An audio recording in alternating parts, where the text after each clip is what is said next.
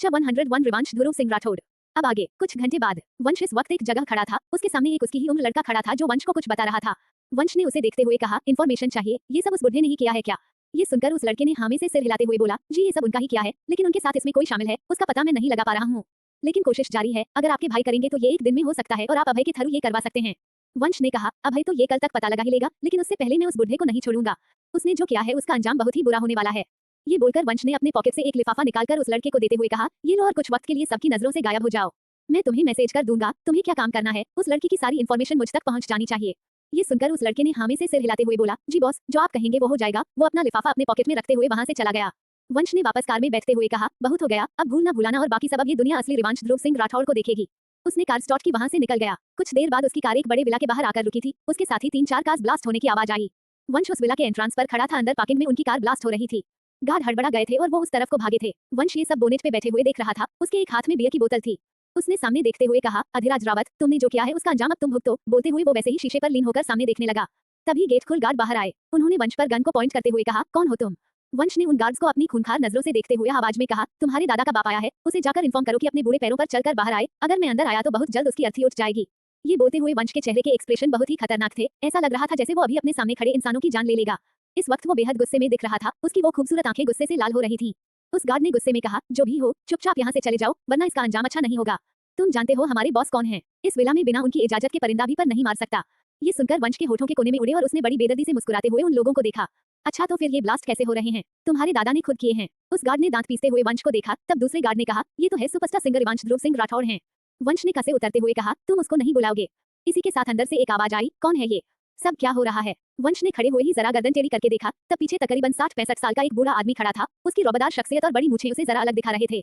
उन्होंने वंश को देख अपने होठों पर तिरछी मुस्कुराहट लाते हुए कहा, शिवांश सिंह राठौड़ का भाई यहाँ क्या कर रहा है?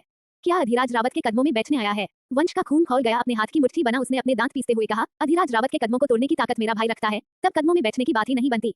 ये बोलते हुए वंश आकर अधिराज रावत के सामने खड़ा हुआ। अधिराज रावत बोले, बहुत गर्मी है लड़के तुम्हारे खून में। वंश ने अधिराज रावत को देखते हुए कहा, तुम्हारी औकात मेरे भाई के कदमों की धूल के बराबर नहीं है और तुम सोच रहे हो उसके विरुद्ध कुछ कर पाओगे। तुम्हारी हिम्मत की दीवारें बहुत मजबूत हैं, लेकिन मेरी दीवारें तुम्हारी हिम्मत से कहीं ज्यादा मजबूत हैं। अधिराज रावत ने गुस्से में आकर कहा, लगता है भाई के कदमों में रहने की आदत है तुम्हें। जरा उठकर ऊपर आओ बच्चे और देखो कि तुम्हारी दुनिया में क्या क्या हो रहा है। वंश ने एक मुस्कान के साथ अधिराज रावत को देखते हुए कहा, जो अपनों की पीठ में छुरा घोंपते हैं उन्हें जान से मार देते हैं। उन्हें अपनों के साए में रहने का क्या एहसास होगा? अधिराज रावत, तुम जानते हो तुमने अपने भाई की जान ली थी, इस बात से दुनिया बेखबर है। बहुत गलतफहमी है तुम्हें कि इस विला के राज किसी के कानों तक नहीं पहुंचे। अधिराज रावत के चेहरे का रंग उड़ गया। उन्होंने वंश को देखा और बोले, अपनी हद में रहो बच्चे। वंश ने कहा, राठौड़ की कोई हद नहीं है, एक बार वो सामने वाले को उसकी हद में लाने के लिए आगे बढ़ जाए तब जानते ही हो क्या होगा। अधिराज रावत ने गुस्से से वंश को देखते हुए कहा, बहुत हिम्मत है तुम में, लेकिन इन दीवारों के पार तुम नहीं जा पाओगे। वंश ने तंजिया हंसी हुई कहा, मेरी हिम्मत इतनी है कि इन दीवारों को ध्वस्त कर सकता हूँ। देखो बिना ध्वस्त करे ही तुम्हारी दीवारों के अंदर हो क्या रहा है। इस घर में जो हुआ है उससे मैं वाकिफ हूँ। इसका मतलब ये है कि कभी भी रावत इंडस्ट्रीज मिट्टी का ढेर बन सकती है। अधिराज रावत ने वंश के कॉलर को पकड़ते हुए कहा, राठौर, अधिराज रावत से वाकिफ नहीं हो। वंश ने उसके सीने पर हाथ रखा और जरा उसे पीछे की तरफ धक्का दिया। अब तुम्हारे बूढ़े कंधों में इतनी ताकत नहीं कि एक धक्का सह पाओ, और इतनी औकात भी नहीं है तुम्हारी रिवांश ध्रुव सिंह राठौर को छू सको तुम। तुमने मेरे भाई पर हमला करवाकर जो कायरता भरा काम किया है उसका अंजाम तुम्हें कल सुबह से देखने को मिलेगा। शुरुआत तो हो ही गई है। वंश वहां से जाने लगा। अधिराज रावत ने कहा, तुम्हारा भाई बेवकूफ है, उसे देशभक्ति चाहिए, लेकिन तुम समझदार बन सकते हो। मुझसे हाथ मिला लो, बहुत फायदा होगा तुम्हारा। वंश ने पलटकर तिरस्कार भरी नजरों से अधिराज रावत को देखा। बोला, कभी ये उम्मीद मत करना कि कोई भाई तुम्हारे जैसा हो सकता है, क्योंकि तुमसे गिरा हुआ इस दुनिया में कोई नहीं है। तुमने जो किया है पलटकर देखो तुम्हारे साथ क्या हो रहा है। ये बोलते हुए वंश ने एक स्माइल किया। अधिराज रावत झट से पलटा। उसने देखा उसके घर में कई जगह ब्लास्ट हो रहे थे। गार्ड अफरा तफरी मचा रहे थे। उसकी फैमिली भागते हुए बाहर आ रही थी। तभी पीछे से आवाज आई, दादाजी ये क्या हो रहा है? इस आवाज पर वंश ने देखा अधिराज रावत के पीछे इरा खड़ी थी, जो उस दिन उसे गोल्फ क्लब में मिली थी। उसके साथ एक छोटा बच्चा भी था। वंश ने कहा, बहुत कुछ जुड़ा है तुम्हारे इस घर की नींवों से, बाहर निकला तो बर्बादी ही बर्बादी है। काफी कुछ है, मजा आएगा। बोलते हुए वंश वहां से अपनी कार में बैठा और कार बैक करते हुए बोला, ये बस ट्रेलर है, अगली पिक्चर तुम्हें सुबह देखने को मिलेगी, तब सोना नहीं अधिराज रावत, क्योंकि ये रात तुम्हारे लिए बहुत भयानक गुजरने वाली है। इतना बोलकर वंश तेज स्पीड में कार वहां से ले गया। उस जगह उड़ी धूल से अधिराज रावत को खांसी आने लगी। उसने वंश के जाते हुए कार को देखते हुए कहा, इसका भाई कम था जो ये अब ये भी आ गया। मुझे लगा था बच्चा है, कोई समझ नहीं है, लेकिन ये तो उससे भी आगे निकला। इसका कुछ इंतजाम करना पड़ेगा। बोलते हुए पलटकर अपने गार्ड को देख चीखते हुए बोले, तुम लोगों की मौजूदगी में ये कैसे हुआ? वो एक बच्चा आकर ये सब कर गया, तुम्हारे फरिश्तों को भी पता नहीं चला। वो गार्ड सिर झुकाकर खड़े हो गए। अधिराज रावत ने अपनी फैमिली की तरफ देखते हुए कहा, आप खड़े खड़े मुंह क्या देख रहे हो? अंदर जाओ, मरने वाले नहीं हो तुम सब। एक हफ्ते बाद शिवांश को डिस्चार्ज मिल गया था। वो पहले से ठीक था, घर आ चुका था। इस वक्त अपने रूम में बैठा था। इस बीच वीनू ने उसे काम से और बाहरी दुनिया से दूर कर दिया था। वीनू की वो हालत, उसके बाद उसकी डांट को देखते हुए शिवांश चुप था। वीनू उसके पास बैठे हुए उसे अपने हाथों से लंच करा रही थी और सॉफ्टी शिवांश का हाथ थामे हुए बैठे थे। उसने ड्रिप लगे हाथ पर जो बैंडेज थी उसको बार बार अपने हाथ होठों से चूमते हुए शिवांश से पूछती, डैड दर्द तो नहीं हो रहा है? शिवांश हर बार ना में सिर हिला देता। फिर सॉफ्टी कुछ देर बाद फिर से पूछती। काफी देर से वीनू ये देख रही थी। उसने मुस्कुराते हुई सॉफ्टी से कहा, बेबी जाकर दादी के पास लंच कर लो। सॉफ्टी ने ना में सिर हिलाया, शिवांश को हग कर लिया। मुझे डैड के पास रहना है। वीनू ने अब कुछ नहीं कहा, शिवांश को लंच कराकर वीनू ट्रे लेकर बाहर की तरफ चली गई। शिवांश ने रूम में आते हुए ऋषु रिद्धव को देखा। रिद्धव आकर शिवांश के पास खड़ा हो गया, लेकिन ऋषु शिवांश से दूर खड़ा बस उसे देख रहा था। शिवांश ने रिद्धव के सिर पर हाथ रखा, ऋषु को अपने पास आने का इशारा किया। रिद्धव ने शिवांश के हाथ को पकड़ते हुए कहा, डैड ये किसने किया है? उसकी सीरियस आवाज पर शिवांश ने कहा, कुछ नहीं, बस एक एक्सीडेंट था बेबी। कुछ नहीं हुआ। इस पर रिद्धव ने कहा, डोंट एक्ट लाइक मॉम, मुझे बताइए किसने किया है? कोई आपका राइवल है। शिवांश ने ना में सिर हिलाया, मैं कह रहा हूँ ना, मेरी बात सुनो। इस पर रिद्धव ने ना में सिर हिलाकर ऋषु को देखा। ऋषु है, फैमिली के लिए कुछ भी करना अच्छी बात है, अगर हमें किसी को मारना पड़े तो वो भी गलत नहीं है। शिवांश ने रिद्धव को देखा और बोला, उसकी बातों पर ध्यान मत दिया करो, कुछ भी बोलता है। फिर ऋषु से बोला, तुम ये सब कहाँ से सीख रहे हो? रिद्धव ने आकर शिवांश के साइड से अपना आईपैड उठाया जाने लगा। रिद्धव को देखते हुए शिवांश ने कहा, तुम जाकर मॉम को बुलाकर लाओ। रिद्धव भागते हुए बाहर चला गया। शिवांश ने जाने लगा। ऋषु को देखते हुए शिवांश ने कहा, तुम रुककर मेरी बात सुनो, मैं तुमसे कुछ पूछना चाहता हूँ। ऋषु ने पलटकर शिवांश को देख बोला, मैं आपसे कुछ नहीं पूछने वाला हूँ डैड, मैं खुद ही सब पता लगा सकता हूँ। शिवांश ने एक आईब्रो उठाकर ऋषु को देखा, फिर बोला, मेरे मना करने के बाद भी? ऋषु अपना सिर झुकाकर खड़ा हो गया। ऋषु शिवांश के किसी भी बात के खिलाफ नहीं जा सकता था। उसने अपनी आईपैड पर पकड़ कस ली। शिवांश ने अपना हाथ बढ़ाया, ऋषु ने ना में सिर हिलाया। शिवांश ने कहा, अपना आईपैड दो, मैंने तुम्हें ये सब हैकिंग करने के लिए लेकर नहीं दिया है। पर ऋषु ने वो आईपैड शिवांश को दे दिया। पलट कर जाते हुए बोला, आप भी जानते हैं डैड, आप मुझे नहीं रोक सकते हैं। Only 22 years left. ये बोलकर वो वहां से चला गया। शिवांश ने अपने सिर पर हाथ रखकर अपने बच्चों के बारे में सोचा। रिद्धव ठीक था, उसे कभी कभी गुस्सा आ जाता था, वो बाकी बच्चे की तरह नॉर्मल बिहेव करता था। लेकिन ऋषु ऐसा नहीं था, वो बहुत वियर्ड था, बहुत वियर्ड बिहेव करता था। कभी कभी उसकी आदतें शिवांश के सोचने पर मजबूर कर देती थी। उसकी हॉबीज सबसे अलग थी। सोचते हुए शिवांश वापस लेट गया। एक तेज दर्द की लहर उसकी पीठ में हुई। शिवांश ने आंखें बंद करते हुए वीनू का नाम लिया। उसी वक्त वीनू भागते हुए कमरे में आई। क्या हुआ, आपको कहीं दर्द हुआ? शिवांश कुछ नहीं बोला, बस उसे देखते हुए अपना हाथ आगे बढ़ा दिया। वीनू ने आगे बढ़कर शिवांश का हाथ थाम लिया। 15 दिन ऐसे ही बीत गए थे। शिवांश की हालत में काफी सुधार हो गया था, वो चलने फिरने लगा था। वीनू तो सब काम छोड़कर इस वक्त बस शिवांश के साथ ही थी, बस उसकी केयर में लगी थी। उस दिन के बाद ऋषु ने शिवांश से बहुत कम बात की थी, ये बात शिवांश को खटक रही थी। शिवांश गार्डन में बैठा था, वीनू के सोने के बाद गार्डन में आ गया था। उसने एक नजर वंश के रूम की तरफ देखा जिसकी लाइट ऑफ थी। उसने खुद से कहा, इन दिनों मुझे इसके ऊपर ध्यान देने का टाइम ही नहीं मिला है, इस वक्त ये लड़का कहाँ गया है? सोचते हुए उसने चेयर से सिर टिका लिया। वीनू ने आते हुए कहा, बहुत धोखेबाज है आप, मुझे धोखा देकर यहाँ ठंड में बैठे हैं। शिवांश आंखें बंद किए ही मुस्कुरा दिया। वीनू ने गुस्से से शिवांश को घूरा। वहीं अभय बंश एक साथ एक वेयरहाउस में थे। चेयर पर एक आदमी बंधा हुआ था। बंश उसके सामने स्टूल पर बैठे हुए मूंगफली खा रहा था। उसने अभय को देखते हुए कहा, मेरा शक सही था, किडनैपिंग और एक्सीडेंट दोनों एक दूसरे से लिंक है। अभय ने कहा, ये मुझे उसी वक्त पता चल गया था जिस वक्त मेरी बेटी का किडनैप हुआ था, लेकिन कुछ खास नहीं मिला था। एक बड़ी मछली की तलाश थी जो अब जाल में फंस गई है। उस आदमी ने अभय को देखते हुए कहा, तुम्हें क्या लगता है तुम शिवांश राठौड़ को बचा लोगे? इस बार उसने बहुत बड़ी दलदल में हाथ डाला है। अभय ने उस आदमी को देखते हुए मक्कारी भरे मुस्कान के साथ कहा, ये तुम्हें लगता है उसने दलदल में हाथ डाला है? तुम्हें ये खबर नहीं है कि वो खुद ही बहुत बड़ी दलदल है जो हर किसी को अपनी तरफ खींचती है। एक बार जब इंसान उस दलदल के पास आता है तो उसका उसमें घुटकर मरना तय है। तुम्हें लगता है अधिराज रावत शिवांश राठौर के पास आया है, लेकिन ये नहीं जानते कि अधिराज रावत को शिवांश राठौर के पास लाया गया है। उस आदमी ने हैरानी से अभय को देखा। अगले ही पल अभय ने एक तेज पंच उसके मुंह पर मारते हुए कहा, बता दो कि किडनैपिंग का काम स्टेज लेवल पर जो करता है इस वक्त कहाँ छुपा है, वरना अंजाम जानते हो तुम। तुम्हारी हड्डियों से गोश्त अलग करूंगा मैं। और इसी के साथ उस आदमी की एक चीख वहां गूंज गई। बाहर से सुकून। 102 सम रोमांटिक मोमेंट्स। अब आगे। उस आदमी ने अभय की क्रूरता को सहते हुए काफी देर तक अपनी हिम्मत बनाने की कोशिश की, लेकिन अभय की हरकतों के आगे वो अपने घुटने टेक गया। उसने अभय के हाथ जोड़ते हुए कहा, मुझे माफ कर दीजिए, मुझे माफ कर दीजिए सर। मैं बताता हूँ, वो हयात होटल में रुका हुआ है, उसके साथ उसके कुछ आदमी हैं। उन्होंने लास्ट फ्लोर को कब्जे में लिया हुआ है और कल वो यहाँ से स्टेट लेवल पर पूरा कंटेनर लेकर जाने वाले हैं। बस 5 घंटे का वक्त है जिसमें आप अगर उन्हें रोकना चाहे तो रोक सकते हैं, उन्हें रोकना बहुत ही मुश्किल है।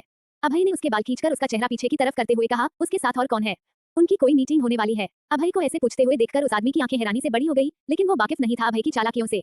वो इंसान के भाव भाव देखकर समझ जाता था कि उसने अपने दिल में क्या क्या छिपा रखा है। अभय को सुनकर उस आदमी ने हाँ में से हिलाते हुए कहा, जी, कल उसकी अधिराज रावत एक किसी और आदमी के साथ मीटिंग है। सब जानते हैं, लेकिन जो तीसरा है उससे दुनिया अनजान है। कोई नहीं जानता वो कौन है और कहाँ रहता है, उसका कोई ठिकाना नहीं है। लेकिन हाँ, उसका सारांश प्रताप सिंह से बहुत ही खराब रिश्ता है। वो बहुत नफरत करता है सारांश प्रताप सिंह से। वंश ने आईब्रो रेस कर उसे देखा, फिर गन उठाते हुए अभय से बोला, इसका काम खत्म हो गया। अगले ही पल वहाँ एक कंसर्ट की आवाज के साथ चीख गूंज गई। वंश ने बाहर आते हुए कहा, इसे निपटाओ और 5 मिनट में बाहर आओ, आज होटल हयात को भी देख लेते हैं। अभय जो वंश के पीछे पीछे आ रहा था, उसने अपने आदमियों को इशारा किया, फिर वंश से बोला, रहने दो छोटे राठौर, अगर आपके भाई को पता चला, आपके साथ मेरी भी सहमत आई है। अभय ने कहा। अभय की बात सुनकर वंश ने कहा, उन्हें रहने दो, इस वक्त वो आराम फरमा रहे हैं और यही बेहतर है कि उनके आराम खत्म होने तक हम अपना काम निपटा ले। अगर उन्हें पता चला तो हम दोनों की सहमत आई है। वो दोनों कार में बैठकर वहां से निकल गए। अभय और वंश हयात होटल के सामने आकर रुके। वंश बाहर निकला और दूसरी साइड से अभय आया। उसने अभय को देखते हुए कहा, किसी को खबर नहीं होनी चाहिए, अगर आपके एक आदमी को पता चला तो बात भाई तक पहुंच जाएगी। अभय ने हाँ में सिर हिलाया और दोनों होटल के एंट्रेंस की तरफ बढ़ गए। लेकिन जैसे ही वो होटल के अंदर कदम रखते, कुछ लोग उनके आसपास आ गए। उन्होंने वंश और अभय के मुंह पर हाथ रखते हुए उन्हें वहां से पीछे खींचना शुरू कर दिया। कुछ ही देर में वो वैन में डालकर उन दोनों को वहां से ले गए। कुछ देर बाद शिवांश काउच पर बैठा था, उसकी सर्द नजरें सामने टिकी हुई थी। चेहरे पर बेहद गुस्सा था, आंखें लाल हो रही थी। अपनी उंगलियों को एज पर चलाते हुए शिवांश ने बेदर्दी से उन दोनों को घूरते हुए कहा, किससे पूछकर तुमने ये सब किया? क्या मैंने तुम लोगों से दूर रहने को नहीं कहा था? बोलते हुए उसने सिर घुमाकर सामने बैठे अभय और वंश को देखा। शिवांश की वो सर्द नजर जैसे ही उन पर पड़ी, वंश और अभय को अपने शरीर में डर की सिरहन महसूस हुई। दोनों एक पल को शिवांश की आंखों में नहीं देख सके, उन्होंने गर्दन झुका ली। कोई और नहीं था जिन्होंने शिवांश को अभय और वंश को किडनैप कराया था, वो शिवांश ही था। वंश ने अपना गला तर करते हुए कहा, भाई मैं बस। लफज मुंह से नहीं निकल रहे थे और होंठ बुरी तरीके से कांप रहे थे। वंश ने अपने एक हाथ से दूसरे हाथ को थामते हुए खुद को हिम्मत देने की कोशिश की, जिसे देखते हुए शिवांश ने कहा, रहने दो, तुम्हारे बस की ये बात नहीं है। मैंने तुमसे कहा था तुम अधिराज रावत के मैटर से दूर रहो, लेकिन तुमने उसमें इन्वॉल्व होने का सोचा भी कैसे? ये सुनकर वंश को अपनी जान हलक में अटकती महसूस हुई। शिवांश को देखकर वंश ने धीमी आवाज में सिर झुकाते हुए कहा, भाई मैंने कुछ नहीं किया। शिवांश ने अपने दांत पीसते हुए वंश को देखा, गुस्से से बोला, बस उसकी पोती के कारनामे उस तक पहुंचा दिए, उसकी शेयर मार्केट में उसके गिरने की बात फैला दी, उसकी 3 कंपनियां डूब गई, जिसे तुमने टेक ओवर कर लिया। और किसकी मदद से? इस अभय की मदद से। वक्त के साथ रावत इंडस्ट्रीज मिट्टी में मिलती जा रही है, तुम कह रहे हो तुमने कुछ नहीं किया है। ये सुनकर वंश ने अपने होठों पर बड़ी वंश ने स्माइल लिए कहा, देखिए भाई, मैं कितना कैपेबल हूँ, मैंने कितना कुछ कर दिया है। शिवांश ने आंखें भींचते हुए अपने गुस्से को शांत करने की कोशिश की, वंश की तरफ देखते हुए बोला, तुम जानते हो तुम कहां कदम रख रहे हो? तुमने मुझसे एक वक्त पर कहा था तुम्हें इन सब में इन्वॉल्व नहीं होना है। वंश ने सीरियस आवाज में कहा, उस बुढ़े ने आपके साथ जो किया वो मैं निपट लूंगा, लेकिन तुम्हें इन सब मैटर्स में इन्वॉल्व होने की जरूरत नहीं है। अभय की तरफ देखते हुए, आज के बाद तुमने मेरे भाई को अपने साथ किसी भी काम में इन्वॉल्व किया, तुम बेटर जानते हो मैं तुम्हारे साथ क्या कर सकता हूँ। अभय ने बस हाँ में सिर हिला दिया। वंश ने खड़े होते हुए कहा, भाई क्यों आप नहीं चाहते मैं सब में इन्वॉल्व हूँ? मैं आपकी तरह ही हूँ, आपकी हेल्प करना चाहता हूँ, फिर आप मुझे यहाँ से क्यों दूर करना चाहते हैं? शिवांश ने भी खड़े होते हुए वंश से कहा, तुम्हें हेल्प करनी है, तुम अपने बाप के बिजनेस को संभालो, उसमें हेल्प करो। वंश ने सिर झुका लिया, मेरा वो मतलब नहीं था। शिवांश ने वंश के सामने आकर खड़े होते हुए उसके चेहरे पर हाथ रख बड़े प्यार से कहा, बेटा देखो तुम मेरे छोटे भाई हो, तुम्हें मैं इन सब में नहीं घसीटना चाहता हूँ। तुम्हारी लाइफ में बहुत सी प्रॉब्लम्स है, उन पर ध्यान दो और उन्हें सॉल्व करो। इतने टाइम तक प्रॉब्लम्स रहना ठीक बात नहीं है, बाकी सबके लिए मैं हूँ, परेशानियां मुझ तक आएंगी, तुम तक नहीं। मैं यही चाहता हूँ, आई होप तुम मेरी बात को समझोगे। फिर वंश के माथे को चूमते हुए बोला, जरा ध्यान रखो अपना। शिवांश ने बिना पलटे सीधे जाते हुए कहा, बैक टू योर वर्क। इस पर वंश ने गहरी सांस लेकर कहा, बस बॉस, काम पर वापस आ गए, हमारी शामत आ गई। शिवांश वापस रूम में आया, तब वीनू बेड पर बैठी हुई थी। उसने शिवांश को देखकर खड़े होते हुए कहा, कहाँ गए थे आप, इतने टाइम से रूम में नहीं थे? डॉक्टर ने रेस्ट करने को बोला है। इस पर शिवांश ने वीनू के सामने आते हुए उसके चेहरे पर आई लटों को कान के पीछे करते हुए कहा, डॉक्टर ने रेस्ट करने को कहा था एक वक्त पर, अब वो वक्त गुजर गया है, अब मैं बिल्कुल ठीक हूँ, तब परेशान होने की जरूरत नहीं है। वीनू ने ना में सिर हिलाया, शिवांश का हाथ पकड़कर उस बेड पर बिठाते हुए बोली, मुझे परेशान होने की जरूरत है, जब तक आपकी बॉडी से ये एक निशान नहीं चला जाता, मेरी नजर में आप ठीक नहीं है। बोलकर उसने साइड ड्रावर से एक ट्यूब निकालकर शिवांश के हाथ पर रखते हुए कहा, अपनी शर्ट निकाले, मुझे ये आपकी बॉडी पर अप्लाई करना है। शिवांश ने ना कहकर कहा, खुद कर लो। वीनू ने शिवांश को तिरछी नजरों से देखते हुए कहा, मुझे पता है आपका खुद कर लो क्या होता है। शिवांश ने स्माइल करते हुए कहा, तब फिर आज तुम वो भी खुद कर लो। वीनू ने शिवांश के माथे से अपना माथे लगाते हुए कहा, मजा आता है मुझे परेशान करने में। वीनू की कमर पर हाथ रखते हुए शिवांश हल्का हंस कर बोला, बहुत ज्यादा, रात को कुछ ज्यादा ही मजा आता है। वीनू के गाल लाल हो गए, उसने नमे सिर हिलाया, शिवांश के माथे पर होठ रख उसके माथे को अपने होठों से छू लिया, फिर उसकी नाक पर किस किया, फिर दोनों गालों पर किस करते हुए शिवांश के होठों के करीब आकर रुक गई। वीनू ने नजरें उठाकर शिवांश को देखा, शिवांश के गाल से एक हाथ फिसलते हुए शिवांश के सीने तक ले गई। शिवांश की बड़ी धड़कनों को महसूस करते हुए वीनू के होठों पर मुस्कान खिल गई। उस मुस्कान को देखते हुए शिवांश ने गहरी सांस ली, सीने पर रखे वीनू के हाथ पर हाथ रखते हुए बोला, बस इतना ही काफी है मेरी जान लेने के लिए। वीनू ने आंखें उचकाकर शिवांश को देखा, शिवांश के होठों पर अपने होठ रख दिए। शिवांश ने वीनू कमर पर हाथ रखते हुए उसे अपने करीब किया, वीनू को लिए हुए ही बेड पर लेट गया। वीनू के हाथ शिवांश के बालों में आ गए, वो शिवांश को पैशनेटली किस कर रही थी। शिवांश ने वीनू को देखा, वीनू ने शिवांश के नेक पर होंठ रखते हुए गहरी सांस ली, शिवांश की पकड़ वीनू पर कस गई, बस कर दें। वीनू शिवांश से दूर होने लगी, लेकिन शिवांश ने पलटकर उसे अपने नीचे करते हुए कहा, इट्स माय टर्न। वीनू ने आंखें बड़ी कर शिवांश को देखा, शिवांश ने स्मर्क किया। वीनू ने नमे सिर हिलाया। तारा किचन में थी। अभय जब वापस लौटा तो उसने आराम को हॉल में देखा, समझ गया कि इमारा अपने रूम में सो रही होगी। उसने किचन में आते हुए तारा को सिंक पर झुके देखा, फिर पीछे से तारा की कमर पर हाथ रख उसके कंधे पर सिर रखते हुए बोला, क्या कर रही हो? तारा ने अपने हाथ साफ करते हुए कहा, कुछ नहीं, बस आराम को भूख लगी थी, उसे कुछ खाने को दिया था। अभय ने तारा के गले पर होंठ रखते हुए कहा, भूख भूख मुझे भी लग रही है। तारा ने पलटकर अभय को देखा, उसके बिखरे बालों को अपनी उंगलियों से सही करते हुए बोली, क्या खाएंगे, मुझे बता दे। अभय ने तारा के चेहरे पर झुकते हुए कहा, अगर बताऊंगा तब तुम खाने दोगी। एक पल को तारा का दिल धक से कर गया, उसने बड़ी धड़कनों के साथ अपने दिल को संभालने की कोशिश की, वो अपने धड़कनों को काबू करने में नाकाम रही। उसका चेहरा स्वयं से लाल हो गया, उसने अभय को सीने पर हाथ रख पीछे करने की कोशिश करते हुए कहा, क्या कर रहे हैं? बाहर आराम है। इस पर अभय ने तारा को इंटेंसली देखते हुए कहा, तब हम अंदर चलते हैं। तारा मुंह खोले अभय को देखने लगी, अभय ने तारा के पूरे चेहरे पर किसेस करते हुए उसके माथे पर होंठ रखे, फिर उसके होंठ पर होंठ रख दिए। उसके एहसास को महसूस कर तारा ने अभय के बाजू पर हाथ रखते हुए उसने अपनी जगह करीब किया और उसका दूसरा हाथ अभय के बालों में चल रहा था। अभय ने वैसे ही तारा को कमर से पकड़कर थोड़ा ऊपर उठा लिया, बाहर की तरफ तिरछी आंखों से देखा और आराम वहां नहीं था। वैसे ही अभय को लिए तारा को लिए अभय बाहर आया, तारा की आंखें हैरानी से बड़ी हो गई। उसने अपना चेहरा पीछे खींचना चाहा, लेकिन अभय ने तारा के लिप्स को बाइट किया। तारा ने अभय के कंधे पर हाथ रख उसे पीछे करने की कोशिश की, लेकिन वो नाकाम रही। अभय तारा को लेकर रूम में आया, उसने दरवाजा बंद कर बड़ी बेसब्री से तारा को दरवाजे से लगाते हुए कहा, यू कांट स्टॉप मी। तारा ने गहरी सांस लेकर अभय को गहरी नजरों से देख अपने निचले होंठ को दांतों से दबाते हुए कहा, यू ऑल्सो। अभय के चेहरे पर ईवल स्माइल आ गई, उसने तारा के हीटेड फेस पर अपना हाथ रखा, उसके चीक्स को अपने थंब से रब किया। तारा ने अभय के गले पर होंठ रखे, उसका हाथ अभय के कॉलर से उसके शर्ट के बटन तक आया, उसने झटके से अभय के शॉर्ट के बटन खोलने की जगह उसकी शर्ट को दोनों तरफ से पकड़कर खींच दिया। अभय ने आंखें हैरानी से तारा को देखते हुए कहा, यू आर टू बैड। इस पर तारा ने स्माइल कर अभय को देखा और कहा, आपसे ही सीखा है, सब आपका ही असर है। अभय ने तारा पर झुकते हुए उसके होंठों के करीब आकर कहा, देखते हैं क्या क्या सीखा है, देख लेना। सारांश सिया के साथ इस वक्त बीच पर आए हुए थे, काफी वक्त बाद वो दोनों एक दूसरे के साथ अच्छा टाइम स्पेंड कर रहे थे। सारांश ने सिया के हाथ को अपने हाथ में लेते हुए उनके हाथ के पिछले हिस्से को अपने होंठों से छू लिया। सिया ने गर्दन घुमाकर सारांश को देखा। सारांश ने सिया के हवा से उड़ते बालों को उनके चेहरे से हटाते हुए कहा, बहुत खूबसूरत जिंदगी लग रही है आजकल। सिया उनकी बात पर मुस्कुरा दी, लेकिन सारांश का एक टक बिना पलके झटकाए उन्हें देखना। सिया के पलके हया से झुक गए। उन्होंने सारांश को देखते हुए कहा, क्या करते हैं आप इस तरह से? सारांश ने सिया को अपने करीब कर उनको देखते हुए कहा, सोच रहा हूँ रिटायरमेंट के बाद की जिंदगी कितनी खूबसूरत होती है। सिया ने सारांश के सीने पर सिर रखते हुए बोला, पहले की जिंदगी भी खूबसूरत होती है, बस साथ होना चाहिए। इस पर सारांश ने कहा, मेरी तो बिल्कुल खूबसूरत नहीं थी। सिया ने सारांश पर पकड़ कसते हुए कहा, अब मुझे उस बारे में कोई बात नहीं करनी है। सारांश ने सीने से लगाए हुए ही सिया के बालों में अपनी उंगलियां उलझाने लगे। तब उन्हें सामने से एक आवाज आई, सार। सारांश की आंखें हैरानी से बड़ी हो गई। इस वक्त वो ये नहीं चाहते थे, आज तक उनके चाहने से कुछ नहीं हुआ था। वंश अपने रूम में सोया हुआ था। देर रात उसे अपना फोन रिंग होते हुए महसूस हुआ। कुछ मिनट बाद वंश ने नींद में ही उसने आंखें बंद किए आसपास हाथ घुमा करके आसपास फोन ढूंढा। नींद में ही कान से लगा लिया बोलो कहते हुए उसने आंखें खोलने का कष्ट नहीं किया। उधर से उसे किसी की सिसकियों की आवाज आई और वंश झट से उठकर बैठ गया। शिवांश हेडरेस्ट से सिर टिकाए बैठा था। वीनू उसके सीने पर सिर रखे सो रही थी। शिवांश मेल्स चेक कर रहा था। यही वक्त होता था उसके पास वीनू के सोने के बाद, वरना वीनू उसे फोन छूने भी नहीं देती थी। शिवांश ने अपने फोन की स्क्रीन पर फ्लैश होते नाम को देखा। कॉल रिसीव कर हल्की आवाज में हम कहा, वो जैसा सारे इंतजाम कर दो, कोई प्रॉब्लम नहीं होनी चाहिए। जहां अलकहार अब्दुल रहमान ने अपने मुकद्दर से मोहब्बत को मिटाने की कोशिश की थी, कोई उसके ही तरह मोहब्बत से नफरत करता है। अलकहार अब्दुल रहमान जिसे अपनी बेटी की तलाश है, वही सिकंदर आजम, मोहब्बत में तड़पाना जिसकी आदत है और मोहब्बत को कैद करना उसकी फितरत है। वो एक ऐसा इंसान जिसे मोहब्बत से नफरत है लेकिन किसी का तलबगार है कोई जिसके साथ खुद का मुकद्दर जोड़ लिया है। हानिया नूर अपने नाम की तरह खूबसूरत, उसने अपने कलम की ताकत से लोगों को मोहब्बत करना सिखाया है। वही सिकंदर के कैद में फंस उसकी मोहब्बत में कैदी बन बैठी है। कैसी होगी इनकी मोहब्बत और नफरत की जंग, क्योंकि सिकंदर के लिए है मोहब्बत नफरत की हकदार है। जानने के लिए पढ़िए BAIS सुकून बार से सुकून। 103 व्हाट हैपेंड विद फना। अब आगे शिवांश ने वीनू का हाथ पकड़ा, उसे अपने करीब करना चाहा था, लेकिन वीनू ने एक हाथ से रुबांश को संभाले हुए दूसरे हाथ से शिवांश का हाथ झटक दिया। उससे 2 कदम पीछे होते हुए गुस्से से बोली, आप रहने दीजिए, मुझसे बात ही मत कीजिए। आपके लिए मैं कुछ मैटर ही नहीं करती हूँ, हर बात आप कोई ना कोई बात मुझसे छुपाते हैं। शिवांश ने वीनू के चेहरे को छूने की कोशिश की, कहा, जान मेरी बात तो सुनो एक बार। वीनू ने उसे इग्नोर किया। रुबांश को लेकर वहां से चली गई। कमरे में आई और रुबांश को दूध पिलाते हुए उसने पूनम से कहा, जाकर देखो फना को होश आए, मुझे तुरंत बताना। पूनम ने हाँ कहा, वहां से चली गई। वीनू ने रुबांश को अपने सीने से लगाया, उसे सुला दिया। शिवांश दरवाजे पे खड़ा उसे देख रहा था। उसने कहा, एक बार मेरी बात सुनो, मैं तुम्हें क्या बताता। वीनू ने रुबांश को बेड पर लेटाते हुए दोनों तरफ पिलो रखे, खड़ी होते हुए बोली, क्या बताते आप मुझे, वही जो आपने छिपाया है। शिवांश ने वीनू के सामने आकर उसके कंधे पर हाथ रखते हुए कहा, बहुत कुछ है बताने को, तुम जरा मेरी बात सुनो सही। शिवांश के बदले भाव देखते हुए वीनू शिवांश घूरने लगी, मैं अभी फ्लर्ट करने के मूड में नहीं हूँ और मैं ये बिल्कुल बर्दाश्त नहीं करूंगी। शिवांश ने कहा, तुम परेशान क्यों होती हो, मैं तुम्हारा मूड बना दूंगा। बोलते हुए उसकी आंखों में शरारत थी। वीनू ने एक आह भरी, वो हर बार यही करता था। उसने शिवांश के हाथ को देखा। शिवांश वीनू की कलाई पकड़े हुए थी। अपनी चालाकियां अपने पास रखे, मुझसे जरा दूरी पर रहे। शिवांश ने वीनू को अपनी तरफ खींचा। वीनू का हाथ शिवांश के कंधे पर आ गया, माथा सीने से टकराया। वीनू ने सिर उठाकर आंखों में नाराजगी लिए शिवांश को देखा। गब्बर हद में रहे। शिवांश ने वीनू के चेहरे पर उंगली चलाते हुए कहा, मैं अपनी हद पार करूं, अगर तुम करने दो, कसम से बड़ा मजा आएगा।